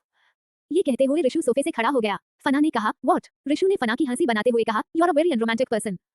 फना ने हैरानी से उस छोटे बच्चे को देखा, उससे कहा, तुम्हें भी पता चल गया। फना का मन बना हुआ मुंह देखकर ऋषु हंसने लगा और वो बाहर की तरफ चला गया। फना अपनी जगह से उठे हुए बोली, मैं भी आऊं। ऋषु ने पलटकर कहा, मेरे साथ आइए चाची, मैं बताता हूँ। फना की आंखों में चमक आ गई, वो भी ऋषु के पीछे भागी। ऐसे भागते हुए वीनू सीढ़ियों से उतरते उन दोनों को देख रही थी। उसने रिधव से कहा, रिधव क्या हुआ। फना इतनी तेज से भागते ऋषु के साथ कहाँ गई है। रिधव ने कहा, मुझे लगता है उन्होंने पजल सॉल्व लिया है। वीनू खुश हो गई, वो उन दोनों के पीछे आई। वाह ये तो बहुत अच्छा रहेगा। वीनू बाहर आई, लेकिन उसे फना और ऋषु कहीं नहीं दिखे। वीनू अंदर जाने लगी, उसी वक्त उसे गेट से कार आने की आवाज आई। उसने पलटकर देखा तो शिवांश आ गया था। एक के बाद एक 4 कार आकर सामने रुकी और फिर बीच वाली कार से शिवांश निकला। वीनू शिवांश को घूर कर देखती रही। शिवांश मुस्कुराकर वीनू की तरफ बढ़ा। वीनू ने गुस्से कहा, उल्लू, और वहां से अंदर की तरफ भाग गई। ये होते ही शिवांश का चेहरा अजीब सा हो गया। उसने अपने आसपास देखा, सारे कार और गिरीश उसे ही देख रहे थे। शिवांश ने अपने सिर पर हाथ रख और बालों में हाथ फेरा। उन सब के मुंह दबा हंसने की आवाज आ रही थी। शिवांश ने घूरकर उन्हें देखा, गिरीश से बोला, इन सबको ट्रेनिंग के लिए भेजो, आज से 30 दिन तक इनकी हार्ड ट्रेनिंग होनी चाहिए। बोलते हुए शिवांश अंदर चला गया। सबके चेहरे के रंग उड़ गए थे। गिरीश घर पहुंचा, ख्वाहिश भागते हुए आई और उसके सामने आकर खड़ी हो गई। गिरीश ने ख्वाहिश को गोद में उठा लिया, उससे बोला, मम्मा कहाँ है। पीहू ने किचन से झांकते हुए कहा, मम्मा इधर है। गिरीश उधर आ गया। फिर पीहू ने गिरीश देखते हुए कहा, फना कैसी है, ठीक है ना। गिरीश ने हामी से हिला दिया, ठीक है, मुझसे बात नहीं कर रही है। गिरीश की ऐसी आवाज सुनकर फना ने कहा, आपने उससे बात ही इतनी अच्छी कही थी, आपसे बात क्यों करेगी। जानते हैं ना उस वक्त उसकी क्या हालत थी। फिर भी आपने कहा कि वो वंश को छोड़कर आपके पास आ जाए। कोई गधा ही ये कर सकता है। गिरीश ने आंखें छोटी कर पीहू को घूरते देखते हुए कहा, बेटा रूम में जाओ, डैड आकर आपको चॉकलेट देते हैं। ख्वाहिश ने खुश होकर हामी से हिलाया और वहां से भाग गई। गिरीश पलटकर पीहू की देखा। पीहू ने आंख उठाकर बोली, क्या चल रहा है दिमाग में। गिरीश ने पीहू को कमर से पकड़ अपने तरफ करते हुए कहा, क्या बोला तुमने मुझे गधा। तुम्हें मैं गधा दिखता हूँ। पीहू ने कुछ पर गिरीश को देखते हुए बिताए, फिर हामी से हिलाया, हाँ आपने जो हरकत की थी वो यही थी। अब रो रहे हैं कि फना आपसे बात नहीं कर रही है। इस पर गिरीश ने कहा, और क्या करूं, जानते हो मैं वहाँ काम करता हूँ, मेरी बहन ने वहाँ शादी कर ली है। सब कितना अजीब है। पीहू ने कहा, उसमें अजीब क्या है, शादी करना कब से अजीब हो गया। गिरीश ने कहा, उफ, शादी करना अजीब नहीं है, फना का वहाँ शादी करना अजीब है। पीहू कुछ देर उसे घूरती रही, बोली, आपको दिमाग के डॉक्टर को दिखाने की जरूरत है। आपकी हैसियत भले ही उतनी ना हो, लेकिन इतनी कम भी नहीं है कि इस मैटर पर आप इस तरीके से सोचें। गिरीश ने कहा, मैं किसी भी तरीके से सोच लूं, लेकिन मैं फना को वापस लाना चाहता हूं, जो हो नहीं रहा है। इस पर पीहू ने कहा, और अगर आपने ऐसा किया आप अपने जॉब से हाथ धो बैठेंगे और भाई बहन के रिश्ते से भी। बोलते हुए पीहू ट्रे बाहर ले आई और उसमें से सारे डिशेज निकालते हुए रखने लगी। गिरीश ने बाहर आकर पीहू को देखते हुए कहा, तब मैं क्या करूं। पीहू गिरीश को देखती रही। गिरीश आकर पीहू के सामने खड़ा हो गया। वो इस वक्त सच में बहुत परेशान था। क्या फना वंश का पता लगा पाएगी। इस नॉवल के व्यूज अचानक से कम हुए हैं, एंगेजमेंट लो की वजह से नॉवल बैन हो सकती है, इसलिए मैं इसे जल्द हाई एंड कर दूंगी। एजर सब ठीक नहीं हुआ, टैब एडिटर से बात हुई थी, नेचर कुछ नहीं निकला, अब सोच रही हूँ मैं हाई एंड कर done. YouTube channel link https skeptical smiley face www.youtube.com/offictionalworld108 they come to kill me। अब आगे फना की गाड़ी एक बीच पर आकर रुकी। कार से बाहर निकलकर उसने आसपास देखा, हर तरफ शांति थी। दोनों साइड पर एक रास्ता था जो कुछ दूर तक गया था, लेकिन उसके एक साइड में पानी दिख रहा था जिससे दूर तक रेत थी। उस पर चलते हुए दूसरी साइड तक जाया जा सकता था। फना ने आसपास देखा, वंश की तलाश करने पर भी उसे कुछ नजर नहीं आया। फना धीरे कदमों से आगे बढ़ गई और रेत पर चलते हुए वो एक टक वंश के बारे में सोचती हुई जा रही थी। कुछ दूर पर आकर वो एक जगह रुकी। सामने दूर तक समुद्र फैला था और उससे कुछ दूरी पर उसे कोई बैठा हुआ दिख रहा था। वो अपने चेहरे पर हाथ रखे आंखें सामने टिकाए पेड़ से टिककर बैठा था। फना वहीं खड़े होकर उसे देखने लगी। उसने एक नजर उस जगह को देखा, जैसा वंश ने कहा था, ये जगह बिल्कुल वैसी ही थी। फना धीमे कदमों से वंश के पास आकर खड़ी हुई। अब वंश बंद आंखें, उसके उतरे हुए चेहरे को देखकर फना ने उसे आवाज दी, रीव। वैसे ही लेटा रहा। उसने एक गहरी सांस ली। ये फना ने देखा था, लेकिन वंश के चेहरे पर कोई भाव नहीं थे। वंश ने आंखें भी नहीं खोली थी। फना 2 कदम पीछे हुई। एक नजर उसने सिर उठाकर सूरज को देखा। वो ढलता सूरज सोने की तरह चमक रहा था। हाँ, इस वक्त वो पीले चांद से कम नहीं लग रहा था। उसकी वो पीली रोशनी पानी पर पड़कर उसे सुनहरा बना रही थी, जैसा वंश ने कहा था, सुनहरा पानी। दूर तक नजर पड़ती वो सब सुनहरा पानी ही दिखता था। वो हल्की चलती हवाएं फना के बाल उड़ रहे थे। उसकी चूड़ियों की खनक उस हवा में सुनी जा सकती थी। फना ने अपने हाथ को देखा, जिसमें वो आधा गुलाब था। आधा गुलाब मतलब आधा खिला हुआ गुलाब। उसने वंश को देखा, एक बार फिर उसे आवाज दी। इस बार वंश ने धीरे से अपनी आंखें खोली और फना को देखा। कुछ पल वो सांसें रोके फना को देखता रहा। ये बिल्कुल वैसा ही था जैसा वंश ने कहा था। एक ढलते दिन में तुम सुनहरे पानी के पास आना, जिसमें चमकता पीला चंद मेरी निगाहों में होगा। 16 श्रृंगार किए आधे गुलाब को ले आना, कोई तुम्हें तुम्हारे इंतजार में वहां मिलेगा। फना को देखता रहा। फना वंश के सामने खड़े हुए सिर झुकाए खड़े थे और वंश रेत पर बैठे हुए सिर उठाकर फना को देख रहा था। उसके होठों पर मुस्कुराहट बिखरी। फिर फना ने अपना हाथ आगे बढ़ाते हुए कहा, क्या तुम मेरा हाथ थामोगे? वंश फना के हाथ को देख रहा था। इस वक्त फना का दिल तेजी से धड़क रहा था। उसके चेहरे पर घबराहट साफ देखी जाती थी। उसे अंदर ही अंदर डर लग रहा था। अगर वंश ने उसका हाथ नहीं थामा तब वो क्या करेगी? हाँ, वो यहाँ से वापस नहीं जा पाएगी। वंश के बिना उसके जाने का कोई इरादा नहीं था। फना एक टक वंश के चेहरे को देख रहे थे। उसने एक पल को भी पलकें नहीं झपकाई थी। वही वंश ने नजर उठाकर फना को नहीं देखा था। इस वक्त उसकी नजरें फना के चेहरे पर नहीं उसके हाथ पर थी। फना ने वैसे ही कहा, प्लीज एक बार मेरा हाथ थाम लो। कसम से सारी जिंदगी तुम्हें मेरा हाथ थामने को कहना नहीं पड़ेगा। मैं हमेशा तुम्हारे साथ रहूंगी। फना की आवाज में एक वादा था। वो उसके लफ्ज ऐसे लग रहे थे जैसे वो ऐसा करेगी और वंश का साथ कभी नहीं छोड़ेगी। वंश ने सिर उठाकर फना को देखा। फना की आंखों में देखते हुए उसके हाथ पर हाथ रख दिया। बोला, अपने वादे को याद रखना। फना ने सिर झुका लिया। कुछ पल वो वैसे ही वंश के सामने खड़ी रही। वंश भी उसके सामने खड़ा उसे देख रहा था। फना ने अपने हाथ में मौजूद उस गुलाब को देखा। एक बहुत प्यारी मुस्कुराहट उसके होठों पर आ गई। वंश से 2 कदम दूर होकर उसने वंश का हाथ थामे हुए ही अपने घुटनों पर बैठते हुए वंश के सामने उस गुलाब को करके कहा, जैसा तुमने कहा था, आधा गुलाब, क्या तुम इसके साथ मुझे अपनी जिंदगी में कबूल करोगे? ये सुनकर वंश मुस्कुरा दिया। उसने कहा, तुम पहली हो जो मेरी पजल को सॉल्व कर पाई है। फना ने कहा, क्योंकि मैं ही पहली हूँ जिससे तुम्हें बेहद मोहब्बत है। फना ने कहा, क्या तुम मेरी मोहब्बत कबूल करोगे? वंश, मुझे तुमसे बेहद मोहब्बत है। मैं तुम्हारे बिना रहने का सोच भी नहीं सकती हूँ। मुझे ये सब जज्बात बयान करने नहीं आते हैं, लेकिन तुम्हारे लिए मैं ये सीख लूंगी। आई लव यू सो मच वंश। क्या तुम मेरे साथ सारी जिंदगी रहोगे? प्लीज मुझे अपनी जिंदगी में एक्सेप्ट कर लो। मेरी गलतियों को माफ कर, मेरी मोहब्बत कबूल कर लो। बोलते हुए फना के आंखों से आंसू गालों पर आ गए। उसने वंश का कोई जवाब ना सुनकर अपना सिर झुका लिया। वो सुबक रही थी। वंश वैसे ही फना के सामने घुटनों पर बैठ गया। वंश ने फना के चेहरे को अपने हाथों में भरते हुए कहा, तुम्हें क्या लगता है मैं ये कबूल करूंगा या नहीं? फना ने नजरें उठाकर वंश को नहीं देखा। वंश को फना का शरीर कांपता महसूस हो रहा था। वंश ने अपने अंगूठे से फना के माथे को सहलाते हुए कहा, मेरी आंखों में देखो फना। फना ने नजरें उठाकर वंश को देखा। वंश के होठों पर मुस्कुराहट थी। उसने आगे बढ़कर फना के माथे को चूम लिया। उसके हाथ से गुलाब को लेकर अपने होठों से लगा लिया। ये देखकर फना और तेज रोने लगी। उसने आगे बढ़कर वंश को गले से लगा लिया। थैंक यू सो मच वंश, थैंक यू सो मच, मेरी इतनी गलतियों के बाद भी मुझे एक्सेप्ट करने के लिए। इस पर वंश ने कहा, तुम चाहे कितनी गलतियां कर लो, कितना ही गुनाह कर लो, तुम्हें इस बात की कभी फिक्र नहीं होगी कि मैं तुम्हें कबूल नहीं करूंगा। तुम मुझे हर हाल में, हर तरह से, हर रूप में कबूल हो। तुम्हें बस मेरे सामने आना है और मैं हर चीज भूलकर बस तुम्हें खुद से लगा लूंगा। ये सुनते हुए फना का रोना तेज हो गया। उसने वंश की पीठ पर हाथ कसते हुए कहा, तुम इतने अच्छे क्यों हो वंश? तुम बहुत अच्छे हो। मैं तुम्हें डिजर्व नहीं करती। वंश ने फना के साइड फेस पर किस करते हुए कहा, बस तुम ही मुझे डिजर्व करती हो, इसलिए मैं तुम्हारे साथ हूँ। फना ने रोते हुए वंश को देखा। वंश ने फना के आंसू साफ किए और बोला, खड़े हो जाओ, मुझे तुम्हें अच्छे से देखना है। फना ने सिर हिलाया। वंश फना से 2 कदम दूर हो गया। वो एकटक फना को देख रहा था। वो लाल साड़ी में लिपटा हुआ फना का वजूद, उसके सफेद रंग पर लाल साड़ी खिल रही थी। हाथों में भरी भरी लाल चूड़ियां, जिनमें से जो कंगन थे उनसे नीचे घुंघरू लटक रहे थे, वो हवा से हिलने से आवाज कर रहे थे। फना के बालों के बीच वो भरा लाल सिंदूर जो बता रहा था कि फना पर सिर्फ उसका हक है, वो उसकी सुहागन है। उसके कानों के वो हिलते झुमके, होठों पर सुर्ख लिपस्टिक, माथे पर लगी वो लाल बिंदी, सच में 16 श्रृंगार के वंश के सामने खड़ी थी। वंश ने एक नजर ढलते सूरज को देखा, जिसकी आखिरी सुनहरी रोशनी रात के पहर में तब्दील हो रही थी। फना के चेहरे पर पड़ती सुनहरी रोशनी फना को और खूबसूरत दिखा रही थी।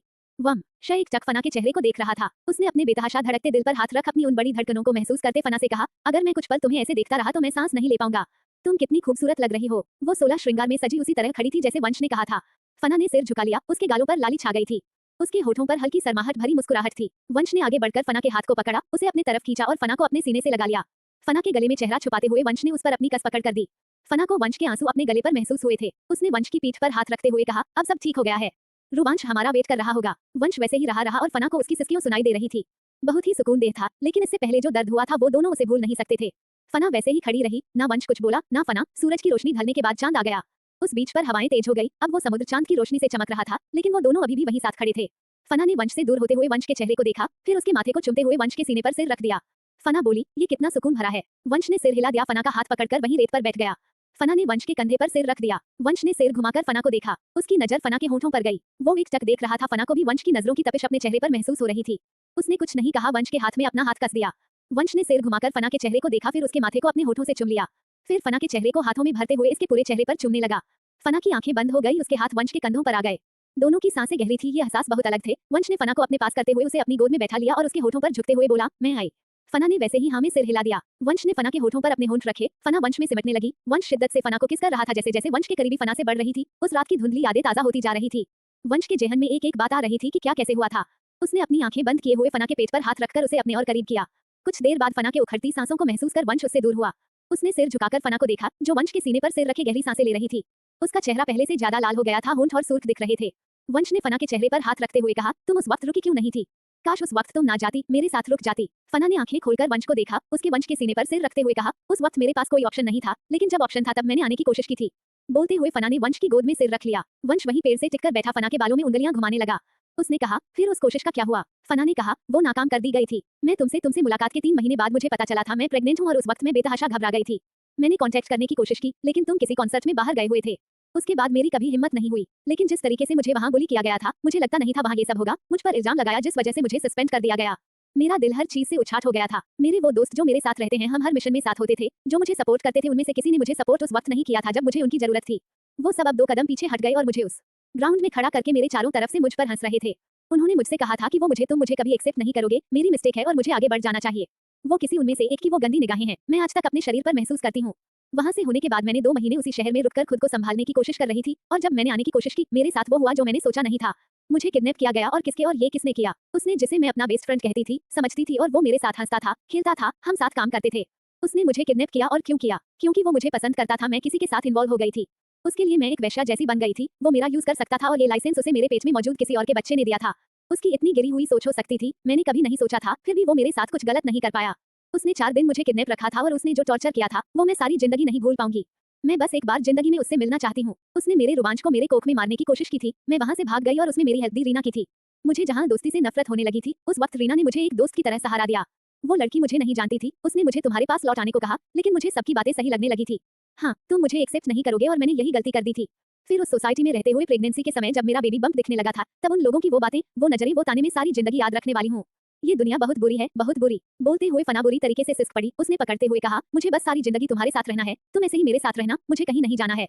ये सुनकर वंश ने हाँ में सिर हिलाया, और सिर झुकाकर फना के माथे पर होंठ रखते हुए बोला, हाँ फना, मैं हमेशा तुम्हारे साथ रहूंगा। उसने वैसे ही फना की नोज पर किस किया, कहा, तुम आज बहुत खूबसूरत लग रही हो। बोलते हुए उसका अंगूठा फना के होठों पर था। फना ने अपना चेहरा वंश के पेट में छुपाते हुए कहा, तुम ऐसी बातें भी कर सकते हो क्यूटी, मैंने सोचा नहीं था। फना के मुंह से इतने वक्त बाद सुनकर वंश के होठों पर मुस्कुराहट खिल गई। अपने होठों पर जबान फेरते हुए उसने कहा, तुम अपने असली रूप में वापस आ रही हो। ये सुनकर फना ने उलझी नजरों से वंश को देखा, मतलब वंश कुछ कहता उससे पहले उसका फोन बंद किया। वंश ने पॉकेट से फोन निकालकर देखा, वीनू कॉल कर रही थी। वंश ने रिसीव करते हुए कहा, जी भाभी। इस पर वीनू ने गुस्से से कहा, भाभी के बच्चे, कितना वक्त हो गया, क्या फना तुम तक पहुंची? वंश ने बस हम्मा कहा। इस पर वीनू ने कहा, उसे जल्दी से लेकर घर आओ, रोमांच ने रो रो कर बुरा हाल कर लिया है। वो किसी से नहीं छुप रहा है। वंश ने फना को देखा, जो उसे देख रही थी। भाभी कुछ देर संभाल लें, हम आते हैं। इस पर वीनू ने कहा, वो संभले तब ना, मैं उसे सारी जिंदगी संभाल लूं। 3 बच्चों को पालने के बाद भी ये बच्चा तुम्हारी तरह ही अजीब लग रहा है। चुप ही नहीं रहा, उसे बस फना चाहिए और उसकी नजरें दरवाजे पर ही टिकी हैं। तुम जल्दी से फना को लेकर घर आओ। वंश ने कहा, भाभी। वीनू ने गुस्से से कहा, भाभी के बच्चे, एक बार शादी हो जाए, फिर तुम उसे और अपने बेटे को कहीं भी ले जाना। फिलहाल घर लेकर आओ, वो रो रहा है। वंश ने उतरे चेहरे को देखकर फना ने कहा, क्या हुआ? वंश ने कहा, रोमांच रो रहा है, चलो घर चलते हैं। फना वो परेशान हो गई, उसने कहा, ये रो रहा है, मुझे उसे छोड़कर इतनी देर के लिए आना ही नहीं चाहिए था। वंश ने बेचारगिर से फना को देखा, हमें अगर 5-6 दिन के लिए कहीं जाना पड़ जाए, तब फना ने कहा, मैं उसे छोड़कर और लेकर भी कहीं नहीं जाऊंगी, फिलहाल घर पर ही रहना है। वंश ने मुंह बनाकर फना को देखा, वंश का हाथ पकड़ खींचते फना ने कहा, जल्दी चलो, वो रो रहा है। वंश ने कहा, लो अब एक और मेरी नाक में दम करने वाला आ गया। कहीं मेरी हालत भाई की जैसी तो नहीं होने वाली है, सोचते हुए वंश के चेहरे पर घबराहट थी, क्योंकि उसने खुद भी शिवांश को बेहद परेशान किया था। वो 2 कार में आकर बैठे और वहां से पैलेस के लिए निकले। कुछ दूर ही पर पहुंचे थे कि अचानक से वंश ने कार रोकी। फना जो अपने फोन में देख रही थी, उसने सिर उठाकर वंश को देख कहा, क्या हुआ? वंश ने सामने की तरफ इशारा किया। सामने एक के साथ 4 कार खड़ी थी और उनके बाहर कुछ आदमी खड़े थे। फना ने बाहर की तरफ देखते हुए कहा, ये कौन है? इस पर वंश ने कहा, अधिराज रावत के आदमी हैं। फना ने खिड़की से बाहर सिर से निकालकर आदमियों को देखा, जो अपने हाथों में हथियार लिए खड़े थे। ये यहाँ हमारा रास्ता क्यों रोक रहे हैं? वंश ने कहा, क्योंकि ये मुझसे हिसाब करने आए हैं, ये मुझे मारकर ही जाएंगे। फना ने जबड़े भींचते हुए कहा, कौन अधिराज रावत? वंश ने कहा, जिसे मेरी मौत की चाह है। फना ने गेट खोलते हुए कहा, देखते हैं किसको किसकी मौत मिलती है। YouTube channel link K https skeptical smiley face www.youtube.com/@fictionalworld 109 attack impatient वंश। अब आगे फना ने कार का दूर खोलकर बाहर कदम रखा। ये देखकर वंश ने बड़ी आंखों से उसे देखकर कहा, ये तुम क्या कर रही हो? वंश ने फना की कलाई पकड़ ली। फना ने पलटकर वंश को देखते हुए कहा, देखते हैं कौन आया है। वंश ने कहा, पागल हो गई हो तुम, अभी अभी आई हो मेरी जिंदगी में, अब जाने की प्लानिंग कर रही हो।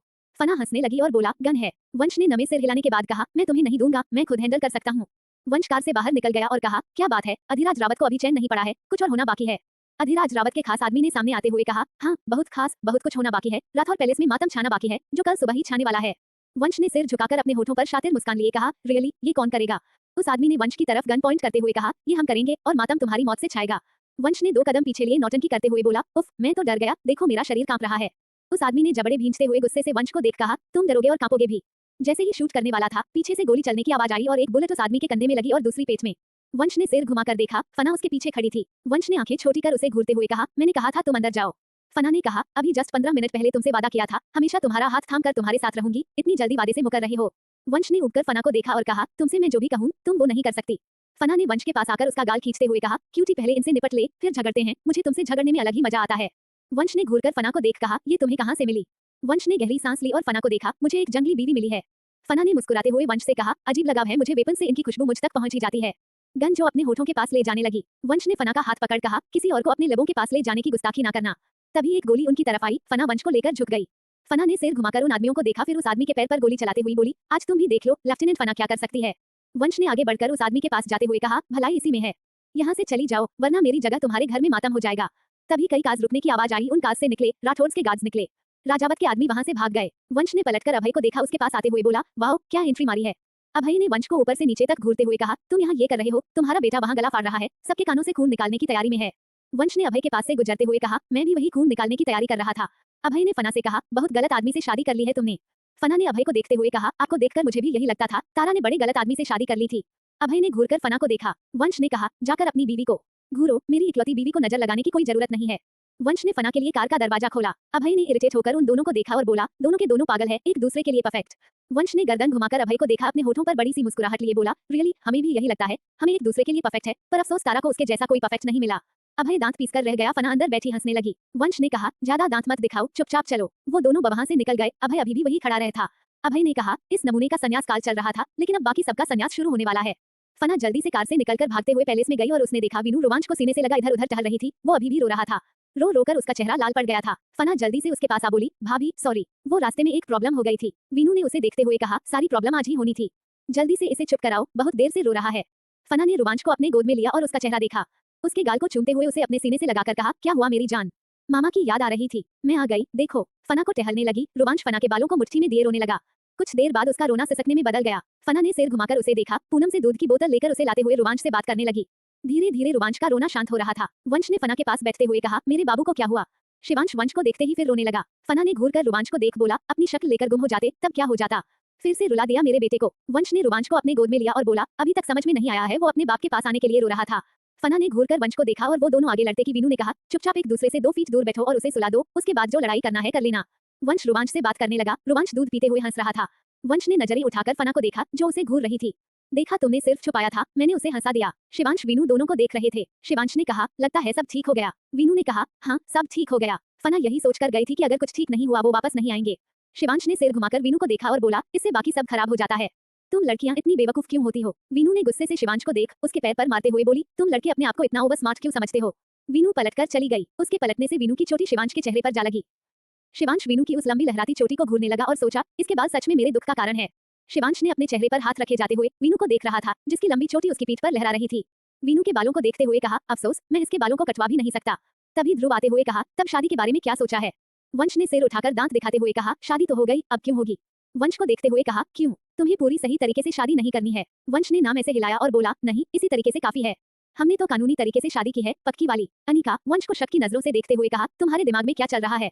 कुछ ना, इसलिए तुम शादी को मना कर रहे हो, वरना तुम तो बहुत धूमधाम से शादी करने को कहते थे। वंश ने मासूम चेहरे के साथ कहा, क्यों क्यों कुछ चलेगा, मैं बस आप लोगों का खर्चा नहीं करवाना चाहता हूँ। शिवांश ने से वंश कहा, डोंट वरी, हमारा नहीं तुम्हारा खर्चा होगा, इस बार तुम अपनी शादी अपने पैसे से करोगे। वंश ने मुंह लटका लिया, ऐसे कैसे भाई, एक शादी है मेरे पैसे से क्यों होगी? ये तो बाप भाई माँ भाभी का फर्ज होता है ना, ये सब वही करेंगे। शिवांश वंश को घूरने लगा, मतलब तुम शादी करोगे इस पर?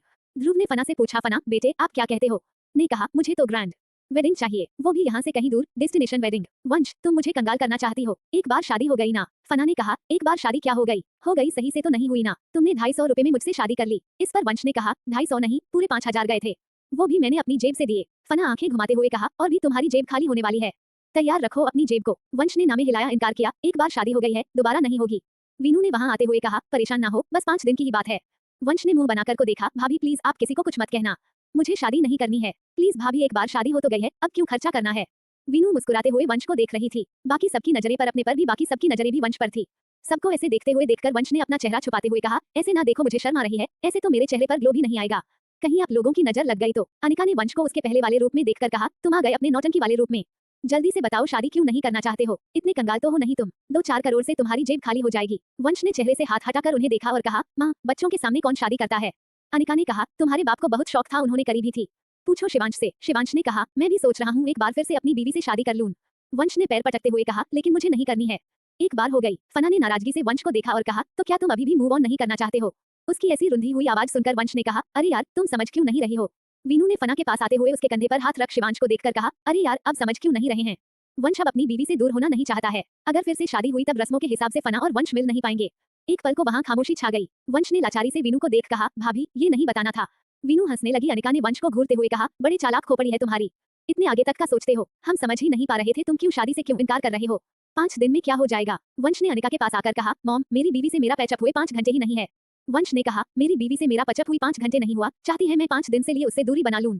सब वंश की चालाकी और उसके बेसब्री पर हैरान थे। शिवांश और ध्रुव एक दूसरे को देखने लगे। ध्रुव ने कहा, ये हमसे भी आगे है। अनिका ने वंश से कहा, अपनी नौटंकी अपने पास रखो और आज से ही तुम दोनों अलग अलग रूम में रहोगे। 2 दिन बाद से तुम्हारी शादी की रस्में शुरू है। मैंने पंडित जी से बात कर ली है। ये शुभ नहीं होता है कि एक शादी से पहले दूल्हा दुल्हन एक ही रूम में रहे। जानते हो ना तुम्हारी भाभी और भैया भी यही रहते हुए एक रूम में नहीं रहते थे। फिर तुम क्यों ये करोगे। शादी में हर जगह दुल्हन दुल्हन अलग अलग रहते हैं। वंश ने अनिका का हाथ थामते हुए मासूमियत से कहा, मॉम मेरा बेटा मेरे बिना कैसे रहेगा। अनिका ने उसे घूरते हुए कहा, जैसे इतने वक्त से रह रहा था और बेटे से दूर रहने को नहीं कहा गया। बीवी से जब चाहे उसे अपने पास ला सकते हो। वंश ने फना की तरफ देखा जो मुस्कुरा रही थी। उसने फना को देखते हुए कहा, क्या तुम्हें मेरी याद नहीं आएगी। फना ने बोली, 5 दिन बाद मैं परमानेंट तुम्हारे रूम में आ जाऊंगी। ये सुनकर वंश हताश होकर बैठ गया। अब सब यही चाहते हैं, अब कोई मेरी खुशी पर खुश नहीं होते। बोलते हुए उसने मुंह लटकाया। ध्रुव ने वंश के पास आकर उसके चेहरे पर हाथ रखते हुए कहा, बेटा परेशान ना हो। वंश ने सिर उठाकर चमकती आंखों से उन्हें देखा और कुछ कहने के लिए मुंह खोला था। ध्रुव ने कहा, हम सब तुम्हारी नौटंकियों से वाकिफ हैं, इसलिए कुछ नहीं होगा। 5 दिन की बात है, सब कर लो। वंश ने ऐसा मुंह बनाया जैसे उस पर कितना बड़ा जुल्म कर दिया गया। बाकी सब उसकी हरकत पर हंसने लगे। फना को हंसते हुए देखकर वंश ने आंखें छोटी करके उसे घूरा, तुम क्यों हंस रही हो। फना ने हैरानी से वंश को देखा। इस पर अनिका ने कहा, फना कुछ वक्त बिताओ इसके साथ, पता चलेगा तुमने एक नहीं 2 बच्चे अपने गोद लिए हैं। अनिका वहां से चली गई। वंश भी उनके पीछे ही पहुंचा और सब वहां खड़े देख रहे थे। वंश अनिका के पीछे उनके साड़ी का पल्लू पकड़े हुए घूमते हुए मनाने की कोशिश कर रहा था। अनिका उसे डांट देती, फिर भी वो नहीं मानता था। उसने ठान ली थी अपनी बात मनवाने की। अपने मुंह पर हाथ रखे फना अपनी हंसी रोकने की कोशिश कर रही थी। वीनू ने कहा, रुको, उनकी शैतानियों से कुछ दिन में ही तुम वाकिफ हो जाओगे। फना ने हंसते हुए कहा, भाभी मैं अच्छे से वाकिफ हूँ। आखिर उसकी शैतानियों का शिकार मैं भी हुई ही हूँ। इन्हीं शैतानियों पे अपना दिल हार बैठी। उसकी इस बात पर ध्रुव शिवांश उसे देखने लगे। फना की आंखें के हैरानी से बड़ी हुई। वो सबके सामने क्या कह रही है। फिर वफना दूसरी तरफ मूंद कर खड़ी हो गई। ध्रुव ने फना के सिर पर हाथ रखते हुए कहा, खुश रहो। वो वहां से चले गए। फना ने सिर उठाकर शिवांश को देखा। वो अभी भी को घूर रहा था। फना ने कहा, बॉस। इस पर आईब्राउ रेस करके उसे देखते हुए कहा, बॉस। फना अपनी लार गटकते हुए बोली, वो एक वक्त पर मैंने आपके लिए काम किया था ना, तब आप मेरे बॉस हुए और भाई भी। गिरीश अंदर आते हुए कहा, भाई भाई से कोई मतलब है। तुमने शादी कर ली है, शादी की तैयारियां हो गई हैं। फिर से शादी की तैयारी करने लगी, लेकिन तुमने इस बीच भाई को याद किया। शिवांश के साथ आकर खड़ा हुआ। वो दोनों फना को घूर रहे थे। फना ने कहा, सॉरी भाई, मैं बताती, लेकिन शिवांश ने कहा, तुमने जो कारण यहाँ से जाने की बात की, वो तुम किस वक्त बताती। फना सिर उठाकर को देखा, फिर सिर झुकाकर खड़ी हो गई। उसकी इस हरकत पर गिरीश ने कहा, ये बहुत ढीठ है, ये कभी नहीं सुधरेगी। शिवांश ने वैसे ही आवाज में कहा, तब क्या आप मुझे काम पर वापस नहीं रखेंगे। शिवांश ने कहा, बिल्कुल भी नहीं। फना की आंखें भर आई। तब शिवांश ने कहा, अब तुम वो काम करोगी जो तुम्हारे मन में आएगा। तुम किसी के अंडर काम नहीं करोगी, तुम खुद का बिजनेस करोगी। क्या तुम कर पाओगी। इस बात पर की आंखें चमकने लगी। उसके कई शौक में से एक शौक बिजनेस वुमन बनना भी था, लेकिन आर्मी के आगे सब शौक पीछे रह गए थे। सबसे बड़ा शौक, सपना और जुनून उसका आर्मी में जाने का ही था। फना शिवांश की बात पर राजी हुई। शिवांश ने उसे कल बात करने का बोला। तभी वीनू ने कहा, सुनिए। अब वीनू कुछ कहने के लिए शिवांश के सामने आई, लेकिन फिर वो शांत हो गई क्योंकि उसे अनिका ने आवाज दी। वीनू पलटकर उस तरफ जाने लगी, लेकिन शिवांश ने उसका हाथ पकड़ते हुए कहा, पहले अपनी बात कहकर जाओ। वीनू ने सबकी तरफ देखा। शिवांश के हाथ से अपनी कलाई को छुड़ाने की कोशिश करते हुए बोली, रूम में बताती हूँ ना, अभी जाने दे, मम्मा बुला रहे हैं। वीनू की हड़बड़ी देखकर शिवांश ने उसके हाथ पकड़ा, अपने तरफ खींचते हुए कहा, अभी बताकर जाओ, या कुछ ऐसा है जो तुम मुझे यहाँ नहीं बता सकते, केवल रूम में ही बताओगे। शरारत से हंसते शिवांश वीनू ने आंखें बड़े करके देखा और धीमे लहजे में बोली, क्या कह रहे हैं। यहाँ पर सब खड़े हैं। शिवांश ने वैसे ही तेज आवाज में कहा, सब खड़े हैं तो क्या हुआ, तुम मुझे यहाँ भी बता सकती हो, कोई बात नहीं। वीनू का चेहरा शर्म से लाल हो गया। उसके लाल गालों को देखते हुए शिवांश ने कहा, या फिर वो बात सिर्फ रूम में ही बताई जा सकती है। वीनू ने घूरकर शिवांश को देखा क्योंकि वो उसके टांग खींच रहा था। अपना हाथ छुड़ाकर बोली, बहुत बेशर्म है आप। शिवांश ने कहा, अच्छा तुम्हें बेशर्मी दिखानी है, जो तुम रूम में जाकर ही दिखाओगी। वीनू ने पीछे खड़े गिरीश, फना को देखा, सामने खड़े वंश को जो दांत दिखा रहा था। अनिका का ध्यान भी उनकी ही तरफ था, लेकिन वो अपनी मुस्कुराहट छुपाए दूसरे काम में लगी थी। वीनू ने शिवांश को गुस्से से हुए कहा, आपसे बाद में पूछती हूँ। इस पर शिवांश ने कहा, अच्छा रूम में जाकर पूछोगी। वीनू जाने के लिए पलटी और सामने देख वीनू की चीख निकल गई। उसने अपने मुंह पर हाथ रखकर कहा, मेरा बच्चा। YouTube channel link K https skeptical smiley face www.youtube.com/@fictionalworld 110 some cute moment T। अब आगे सॉफ्टी रेलिंग के पास खड़ी थी। सीढ़ियों से ऊपर वो रेलिंग से झांक कर नीचे देखने की कोशिश कर रही थी। शिवांश ने सबको शांत रहने का इशारा किया क्योंकि तेज आवाज से सॉफ्टी घबरा सकती थी। सॉफ्टी ने सिर बाहर की तरफ से करते हुए कहा, डैड। इस आवाज पर शिवांश ने कहा, जल्दी से डैड के पास आओ। सॉफ्टी पीछे हटने लगी। वीनू बुरी तरीके से घबरा रही थी। वो चुपचाप सीढ़ियों की तरफ जाने लगी, जिससे पीछे से जाकर सॉफ्टी को पकड़ सके। शिवांश ने सॉफ्टी को पीछे देखा। सॉफ्टी पीछे हट रही थी। शिवांश ने राहत की सांस ली, लेकिन उसी पल सॉफ्टी तेजी से आगे बढ़ी। उसने झांक कर नीचे देखने की कोशिश की। अगले ही पल सॉफ्टी रेलिंग से लटक गई। उसने रेलिंग पर हाथ रख उसे पकड़ लिया था। उसका एक हाथ नीचे लटक रहा था। नीचे देखकर सॉफ्टी डर से रोने लगी। शिवांश भागते हुए ऊपर की तरफ बढ़ा। तब तक दूसरी तरफ से आ रहे रिद्धव ने सॉफ्टी का फिसलता हाथ पकड़ लिया। सॉफ्टी नीचे गिरती उससे पहले रिद्धव के हाथ में सॉफ्टी का हाथ था, लेकिन रिद्धव भी आधा लटका हुआ था और किसी भी पल गिर सकता था। पीछे से ऋषु ने आते हुए रिद्धव का हाथ पकड़ लिया और वो दोनों को खींचने लगा। सॉफ्टी बुरी तरीके से रो रही थी। ऋषु ने उसे देखते हुए कहा, चूजी चुप हो जाओ, तुम ऐसे रहोगी तब डैड डर जाएंगे। इस बात पर सॉफ्टी ने हाँ में सिर हिलाया। उसने रोना बंद कर दिया। वीनू भागते हुए उनकी तरफ आई और उसने जल्दी से सॉफ्टी को उठाकर अपनी गोद में लिया। शिवांश ने रिद्धव का हाथ पकड़कर उसे पीछे की तरफ खींचा। उन तीनों को सही सलामत खड़ा देखकर सबने राहत की सांस ली। भागते हुए उस तरफ आए। वंश ने आते हुए कहा, प्रिंसेस, ये क्या कर रहे थे आप? अभी आप गिर जाते। उसकी आवाज पर सॉफ्टी रोने लगी और शिवांश की तरफ हाथ बढ़ा दिए।